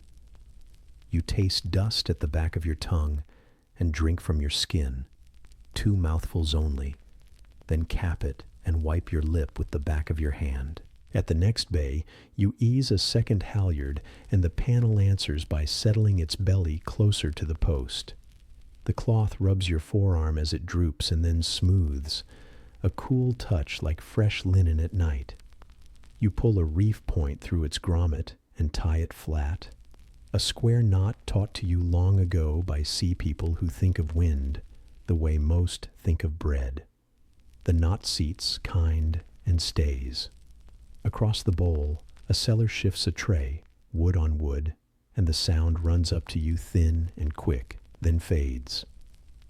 Between such small notes, the pulley keeps time, that patient tick, near as your own ribs under a palm. You check the leeward guy and give it one careful hand span, then take the windward in by the same. The cloth listens, accepts, and holds. You watch the panel's edge draw a straight line with its neighbor, so no gap shows, and the sun's bite falls where it should. A vein of shade crosses your face and cools your cheeks. You press your shoulder to the mast and wait a count, long enough to feel if any strain tells you more. The mast says little, only the calm talk of a tree that grew long ago and now stands in another kind of forest. The pulley above ticks again, not urgent, not dull. A small metal kindness against hemp. You reach for a rag from your belt and wipe the cheeks of a nearby block, lifting dust and a shine of oil left from the morning. Under your thumb, the axle turns smooth, and a drop of oil climbs no farther than it must. You hold the block to your ear and roll it once on a short length of line. The sound is a round whisper, clean and right. You brush your hands on the rag and tuck it back where it lives. Sun warms the back of your neck, but the rim's flags lean to you and lay a cool edge there. In that easy wind, the canvas gives a long sigh, then sleeps again, while the pulley's gentle tick keeps a slow count. A pigeon tilts its head as if to judge your knots. You nod to the bird and keep working. You move along the rim, body turned slightly into the breeze, so your balance stays simple. The strap across your chest holds, but you check it anyway, palm to buckle, as a habit shaped by height and time. You press fingers into each knot you tied earlier in the day, gauging order by touch more than by sight. Rope hair brushes your skin. It leaves a memory of plant and salt and ship, though you stand far from the sea today. Down close to the arena floor, a worker pulls a small cart and lets the wheel find its path. The sound comes light and round and then goes. The crowd has thinned in the heat, and their murmur lowers to a wool-soft sea. Now the sun drops, and the linen's face deepens to a faint blue, where shade gathers under each seam. You pull one seam inward an arm's length more, and feel the panel's edge line up with the mark you chalked on the post at noon. Chalk grit sits under your nail. You brush it free. You taste the last of your bread from earlier, a mild and friendly taste that steadies hands the way a good knot steadies rope. The pulley teeth kiss the rope again, that patient tick, and the wheel returns to stillness with a small, pleased hold. Far off, a gull crosses the opening, and for a moment leaves a thin line of light through the fabric. A simple stitch of day sewn across the sky. You pass a hand under the belly of the cloth and test the set. No heavy push meets you, only the even pull of lines that share their work. The mast smells warm now, resin soft as honey. You rub a sore place on your wrist with a drop of oil and fold the spare patch of linen you carry in your pouch. Dry side out, then slide it under the harness strap where it tins the skin. You look once across the full ring of shade and see how it lies on stone, kind to faces and shoulders, kind to grain and paint. The arena's dust has settled. The light is easier. Above it all, the pulley offers its last few ticks, thin and sure, and then rests while the cloth settles, while the lines hold. While you lean your palm on warm wood and watch, you stand where the last adjustment held true and watch the sun slide lower along the rim. The pulley that clicked all afternoon grows quiet and kind. Linen shows faint blue under the shade, warm gold where a last band of light still lies. Your belt sits easy at your waist. The leather holds your shape from a full day aloft. Down in the bowl, sandals whisper over stone as people drift toward the exits, their soft voices running away like water under a gate. You loose the first reef knot, take the halyard by a hand, and let the line move, small and even. Air slips from the belly with a long hush, and the canvas answers with that soft canvas fold sound that soothes the seats above the arch. You lean into the mast and hold the rope so it does not rush. Oiled hemp smells near and sweet, and the day's salt on your lip is a thin taste that stays. The panel sags a little, then waits for you. The cloth under your palm is cooler now, not sharp, only clean and smooth. You press along an old crease with the side of your hand, feel the ridge settle, and pull the edge toward the fold. Resin from the post warms your fingers, and dust from the linen floats up and falls again, light as sifted flour. Someone below brushes crumbs from a bench. The dry sweep of it swirls in the shade like a tame wind. You tie a reef point flat, pull the bight snug, and the rig answers with a small cloth rattle that fades at once. You walk 2 bays along the catwalk, clip to the next ring, and lean your shoulder into work. Wood under your soles remembers the day and gives a slow, kind give. You take in the pendant line by arm length and lay it out neatly in a coil by your foot. The coil holds its shape like a calm pool, holds moonlight you cannot see yet. Pigeons rustle along the cornice and trade places without hurry, a soft shuffle that matches your pace. A rigger in the next span clears his throat, then knots off a tail. His presence sits at the edge of your hearing and stays there, steady as a neighbor through a thin wall. You release the cleat with a thumb, feel bronze cool and then warm, and let the panel ride down to your hands where the old creases tell you where it wants to live. You fold along those creases, palm to palm, press, then smooth again. Your fingers move simple and sure, not for show, only so the cloth will lie kind when night takes it. The dye breathes up a sweeter note in the cooler air, something like crushed plant and water from a stone bowl. Your strap touches your tongue as you wipe dust with your wrist, and a dry leather taste sits there and does no harm. You drag the flat of your hand across the fold to set it. The grain of linen gives a faint rasp like soft paper. Then the panel lies down on itself and gives that gentle canvas fold hush, the sound a pillow makes when a head finds the same hollow as before. You hold the weight close so it rests on you and not on the line alone. At the next mast, you ease the halyard from its groove and feed it back through the block. Wood and iron give a low, even talk, more hum than voice.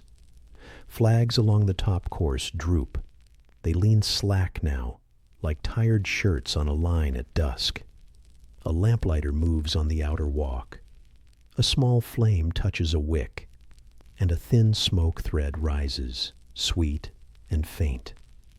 The smell of oil joins the resin, and old dust, and a hint of fruit left behind on a seat. You taste that smell at the back of your mouth as if it were a memory.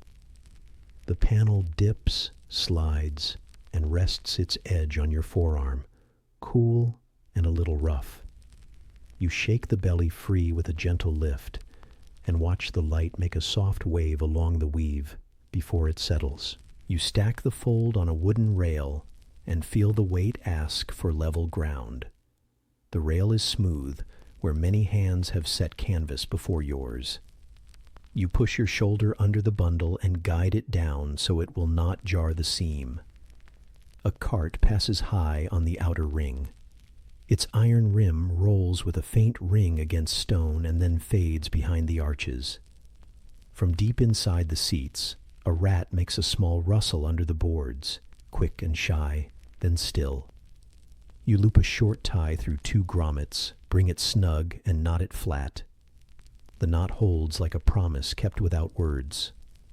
The cloth settles again with that hush, the canvas fold motif that turns the high rows even quieter than before. Crosswind still lingers a little, higher up where you stand, but it is mild now and friendly. You spill air from the windward panel first and watch the leeward side follow, as if the cloth understands and agrees. Rope slides through your hands, warm and honest, and the line's hairs brush your skin like dry grass. You rub a chalk mark off a post and draw a new one lower, a thumb's width only, so tomorrow's set will remember tonight's shape. You drink from your skin, just a mouth, clay and leather lingering on your tongue. The day's work sits calm inside your limbs. The wind minds its manners after a long day of play. By the western arch, a broom starts again, slow and steady, and dust lifts in a thin ribbon, then drops. A guard coughs once near a gate and shifts his weight where he stands. His sandals knuckle the stone and then rest. Far away over the city roofs, a dog gives a low sound, more thought than call, and goes quiet. Inside the arena, a leftover bowl rolls an inch on a bench and clicks once against wood. A hand picks it up and stacks it with another. Your own hands go on folding and smoothing and setting, the same simple acts learned by doing them many times. The canvas answers each touch with the same hush, easy and sure, a blanket sound drawn over a wide room. The light thins to soft metal along the upper stones, then to gray. You pull the last panel down and guide its weight as if it were a child that needs a steady arm. The linen cools fast. The dye lifts one more sweet breath when your fingers press along a seam. You shake dust from the edge with a slow, low motion so it will not rise and sting. Resin under your palm feels like the day's last warmth in wood, held and shared. You tie the tail to its cleat, 2 turns and a hitch, and tap the bronze with a knuckle to settle it. The tap is small and clean, and then all is still. You gather the loose lines into neat coils and hang each coil on its peg, size by size. The order soothes like water set level in a bowl. You wipe a block with your rag and roll its axle once to see that oil still shows. The rag smells of tar and salt and a little iron. You fold a spare patch and lay it dry side out over the cleat face so dust will not cling by morning. A pigeon picks a last seed skin from a joint in the stone and then tucks its head. Above the highest seats, the last fold gives its hush and sleeps with the others. Now the rim is a walkway of shadows and small lamps. Their light turns rope hairs to silver and leaves the wood dark and kind. Your fingers feel fine grit in the grooves of your skin. You rub them together and let the dust fall. You sit with your back to a post, let your feet rest in a clean patch of dust, and hold your hands around your water cup. Leather and clay meet your lip again, and the water is plain and good. Far under you, stilled seats hold the day's warm ghost and give it back as a mild heat at your calves. You rise once more to look through the net of masts and lines across the open. The city is a low glow, soft as coals under ash. The arena floor is pale and quiet. What work remains is small: a tie to check, a peg to nudge, a rag to tuck in under a coil. You do these things without words and without hurry. When you finish, you set your palm on the folded stack, feeling the cool cloth and the faint ribs beneath it. The touch tells you the day is stored well. You unclip and walk the catwalk toward the stair, a slow path familiar as the lines on your hand. Wood gives one last kind bend under you, easy and sure. The strap at your waist makes a small sound when you lift it free. The buckle rests warm for a moment in your palm, then cools as evening air finds it. You brush dust from your knees and find a crumb of bread in your pouch. Its dry, friendly taste sits steady and simple and says, "The hour is owned." Down in the arches, a lamp trim rustles and a wick shortens with a quiet note. Overhead, a light wind touches the canvas stacks and draws the smallest of whispers from their edges. You pause at the top step and listen. Stone holds the hush like a bowl holds water. The ropes along the rim lie still and straight. No twist, no worry. Linen lies in soft towers, each fold pressed along old paths, each bundle safe against rod and rail. In the far distance, a mule shifts a trace, a low jingle that drifts in and fades. You stand for one long moment with your hand on cool stone, feeling how it kept you company all day. Weight, grain, edge, and hold. Then you nod to it in your mind and turn downward. The stair takes you in wide turns. The scent here is dust and old rain, and a touch of oil rubbed into wood that holds the handrail. Your sandals whisper along the steps with a slow, even sound, untroubled. You pass under arches that keep their own night, and then open again to a last wash of the day. A stray thread clings to your sleeve. You pinch it free and put it in your pocket for no reason but care. Behind you, high above, the bundles rest as if they had always been there. By the lowest landing, you meet the cool breath that lives near stone at evening. You welcome it without words. A broom finishes somewhere, a last swish, then stillness. You set your coil bag down, fold the rag square, and slide it under the strap. The work is ended in small, tidy things. As you step out through the arch, the rim holds its silence. And in that soft quiet, the last thing you hear is the gentle canvas fold hush, thin and far, as if the cloth itself were going to sleep in the highest seats. You stay after the canvas sleeps in its tidy stacks, and the rim grows wide and mild around you. The air turns soft over stone. Heat slides away from the seats, and leaves a cool that feels kind on your neck. Pitch and old dust rise when you lift a coil bag.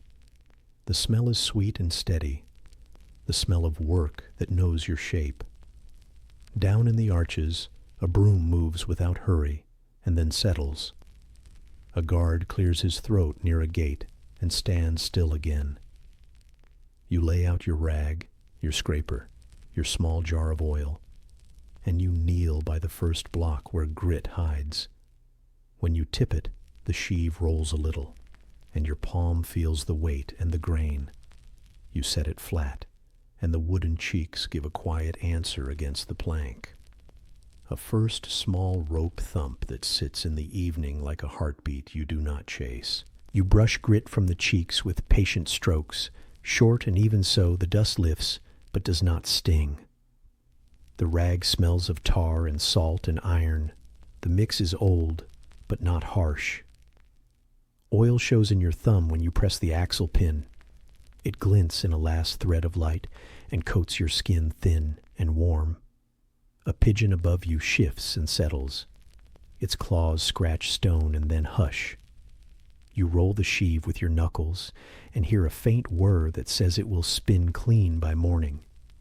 The block leaves a trace of pitch on your fingers. It feels like wax warmed in a hand.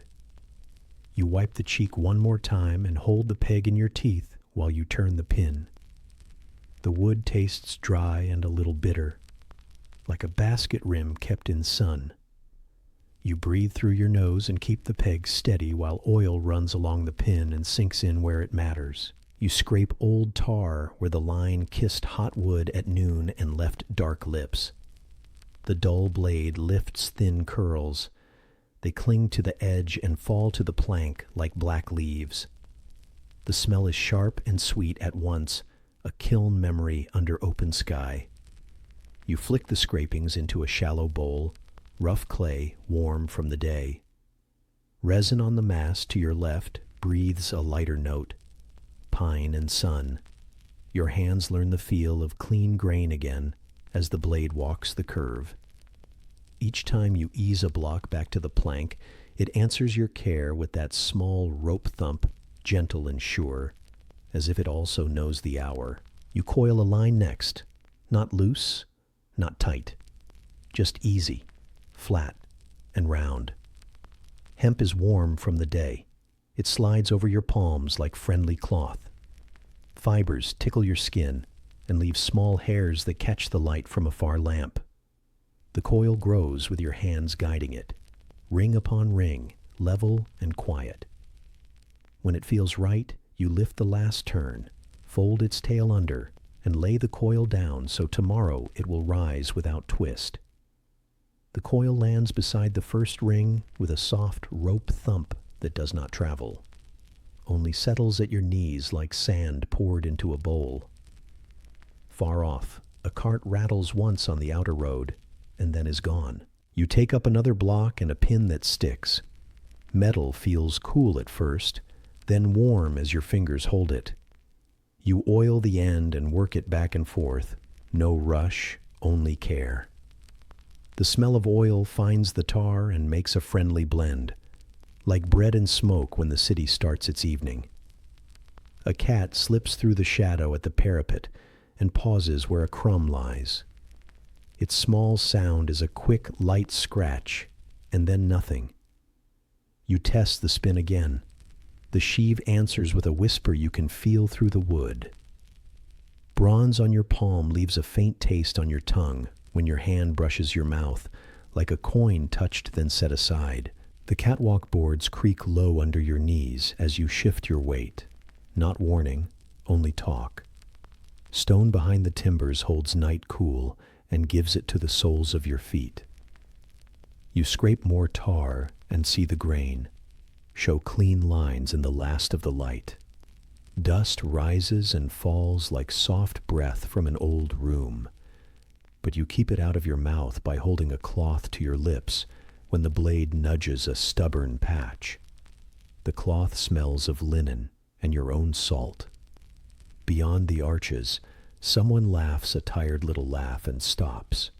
The sound hangs for a moment, and thins like smoke above a small fire. You check rope tails for wear and tie a fresh whipping where fibers fray. Waxed thread bites the hemp with a quiet hold.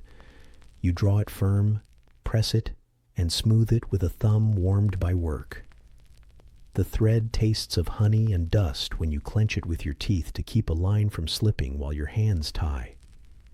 You lean the coil up, bind the whipping, and lay it down again. That friendly rope thump marks its place. A tiny grain of wax falls on the plank and clings to the pitch within a scuff. A small star no one will notice but you. You spit a grain of grit from the corner of your mouth and sip from your skin. Leather and clay give plain company, and water sits simple and kind under your tongue. A crumb of old bread in your pouch answers the water, dry and good, and leaves a soft flour taste at your teeth. A breeze comes across the rim, cooler now, and touches the hair on your forearms. It brings the city's warm scents in a thin braid, smoke, cookpots, trampled straw, and threads them with resin and oil where you kneel. Your hands rest for a count. The plank is warm under your palms, still holding the sun's last thought. You sort the blocks by size and hang them on their pegs, so the morning will start with less talk. The small ones to the left, the heavy ones to the right, pins inward, sheaves free. Wood knocks wood lightly as they settle against the rail, a neat, hollow sound that dies quick. You chalk a mark on the mast foot to show a place where a line ran hard today. The chalk leaves a pale scar on dark grain. You rub it once with your thumb to make sure it stays. Above you, a pigeon makes room for another on the cornice.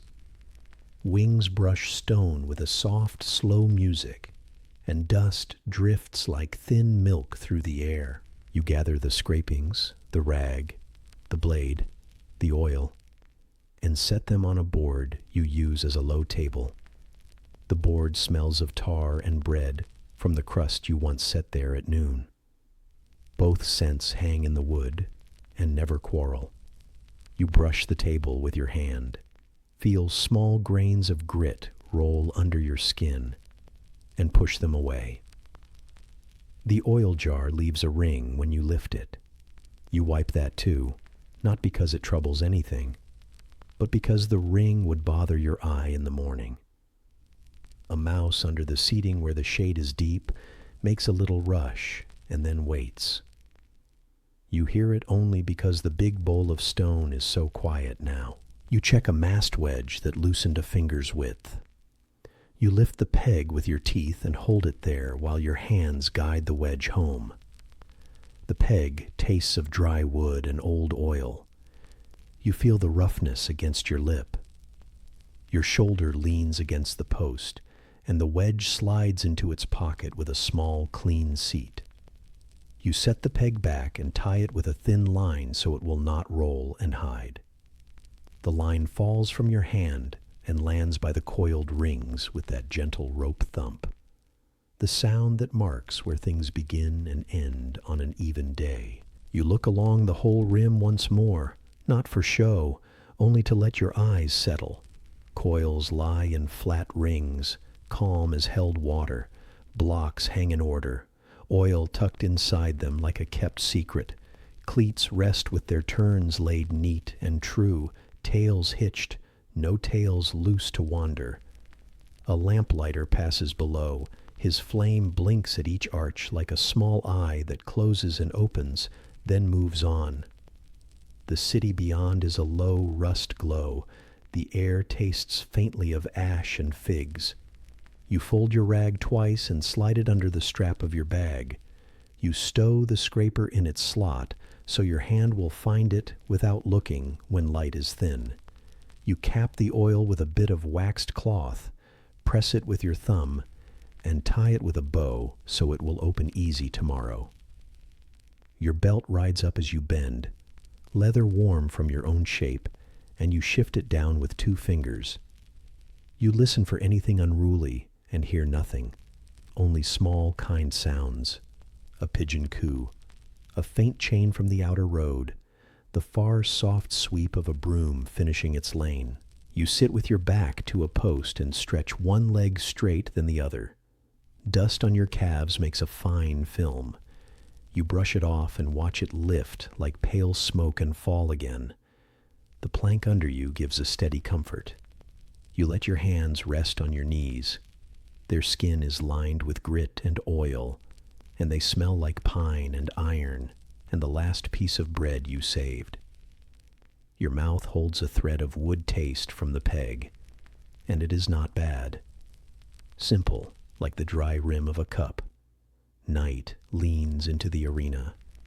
The seats above you are gray, then darker, and your lamps along the walk take up the work of sight. You rise and carry the coil bag to the door of the small store under the eaves where tools sleep. The latch is wood on wood, a tired click, then a slide. Inside the air is cool and smells of rope, old smoke, and linen folded long ago. You stack the bag on a shelf, lay the rag on top, and place the oil jar at the back where it will not tip.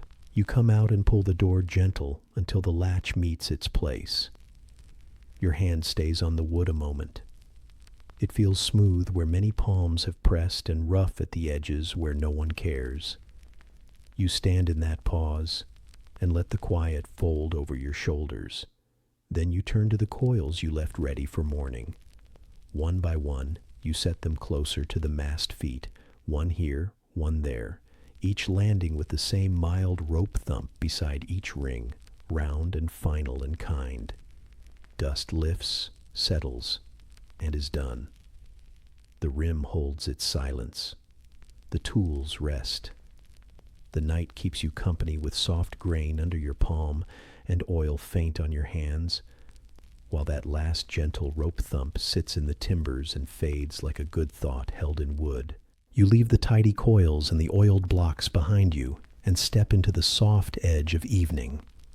Lamps open one by one along the high ring, little cups of gold cupped in iron hands. Smoke from their wicks is thin and sweet. It threads the clean night and drifts away. Stone under your sandals holds a memory of sun, warm at first, then easing with every pace. Your belt sits snug at your waist. The leather smells of tar and salt. You lay your palm on the parapet and feel old cuts, old chips, the smooth glaze where many hands have leaned without hurry. You pass an arch where dust smells like dry straw. Far below, a broom whispers along a corridor and then rests. Someone clears a throat near a gate and says nothing more. The sound folds into the big bowl and is gone. A cat slips out from a gap in the seats and rubs its side on a post, tail high, then vanishes into shadow with a soft pad. In the dark above, a pigeon shifts and settles. Wings brush stone and leave a small powder that tickles your nose. You taste a grain of lime on your tongue and let it go with a swallow of cool water from your skin. You pause by a mast foot and touch the knot you tied at dusk. The line is smooth where your thumb ran again and again. A thin smear of resin still sweetens the air. Bronze near the cleat tastes faintly of iron when your finger finds your lip. The wood post at your shoulder gives back a little warmth, slow and kind. You listen for a pull you do not want and hear nothing wild, only easy sounds. The far roll of a cart on the street beyond. A dog cough once and lie down. The soft rub of linen at your thigh as you move on. The lamps show the curve ahead like beads along a string, and you follow their rhythm. Each pool of light is a small room with its own scent. Oil, dust, pitch, bread saved in a pocket for later and now forgotten. Between the lamps, cool air rests on your cheeks and neck. Your hands smell of pine and grease. You rub them together and feel the thin shield you made with oil and labor. Stone blocks in the cornice hold tiny shells in their faces, a sea turned to cliff, and then to wall. Your fingers find one and feel the soft rim worn by time. You smile without showing teeth. The work fits. You reach a narrow door in the arcade. Wood set into stone with iron bands, dark as old olives. The hinge groans a little when you try it. You lower the bar inside, check the ring, guide the tongue into the socket, and wait for that small sound you know. It comes, clean, light, sure. The latch clicks, and the click holds in the arch like a pebble dropped in a still bowl. You rest a knuckle against the wood. It is cool, and it smells of smoke from many winters. You mark the door with a touch and move on. The big bowl within is at peace now. Sand below is pale and quiet, catching lamplight in soft patches, where the keepers dragged rakes in wide arcs before leaving. The rails around the seats are warm to your palm. The warmth escapes a little more with every slow turn of the sky.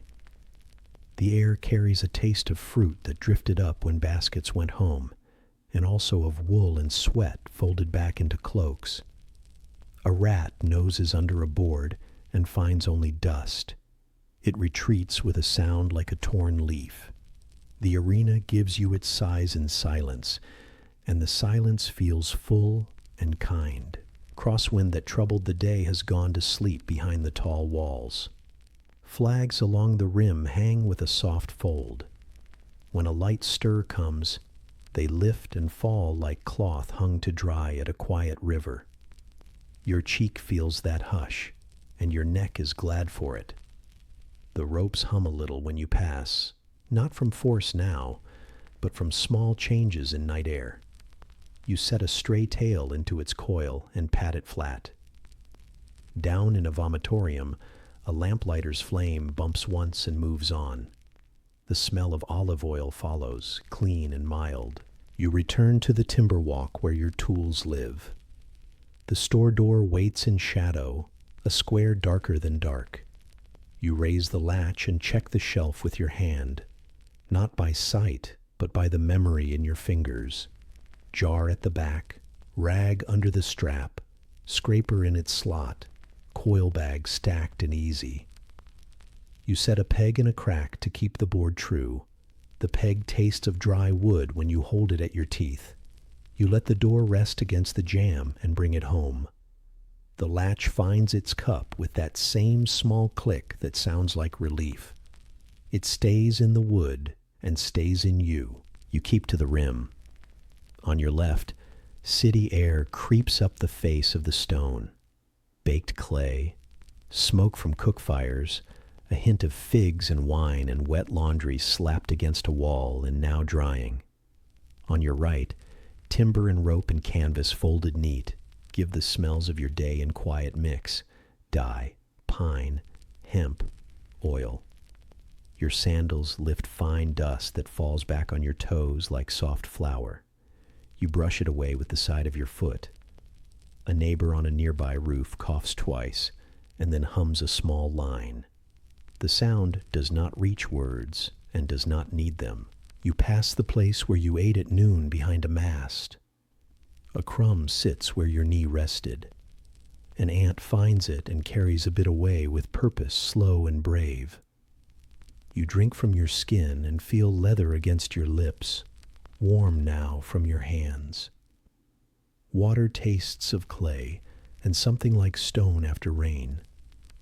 It goes down simple and sits well.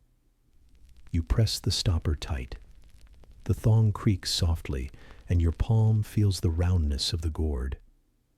You tuck it into the crook of your arm and keep walking. Where the curve meets a gate that opens to the outer stairs, you stop again. Iron studs shine in the lamp's small circle. The wood panel smells of resin and old smoke. You set the bar with both hands, one below, one above, careful and slow so the fit stays true and the grain does not split. The hinge sighs at the end of its arc. Then the sound you wait for arrives. Thin, exact, final. The latch clicks and holds. You run a finger along the seam, Feel the meeting neat and fair, and tell your mind with that touch that this door will not wander tonight. You look out across the seats one more time. The pale rows are like steps cut in a hill of quiet ash, and the lamps are small stars set low as if the sky lay down to rest on stone. A draught from the open arches brushes your ankles. It smells of water carried from a fountain and poured into a bowl somewhere in the streets. You think of bread you will eat tomorrow, the plain kind baked in town and wrapped in cloth.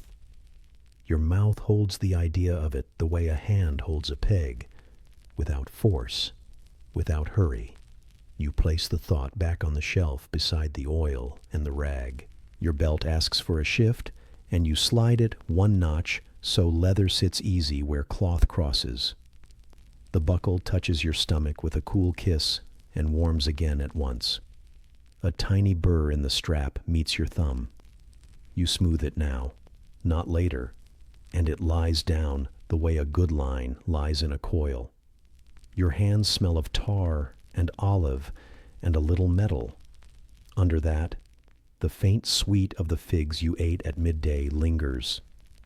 You wipe your palms on a bit of cloth and tie the cloth to a peg, so you will find it when morning comes. The last stretch of rim lies ahead, quiet and sure. The city beyond is a low red bowl from hearths and lamps. You can almost taste the smoke that floats from it but never quite arrives. Your shoulders drop in small steps you don't measure. Stone under your feet feels thicker here, older somehow, as if the ground itself is tired in a friendly way and ready to carry you to the end of the round. A dog in a lane barks once like an afterthought and falls to silence. A guard below shifts his spear and leans against a post with a low scrape you know by sound. Here is the main gate. Bands of iron lie across thick planks like ribs. You set your palm on the bar, push it up, and lift it clear.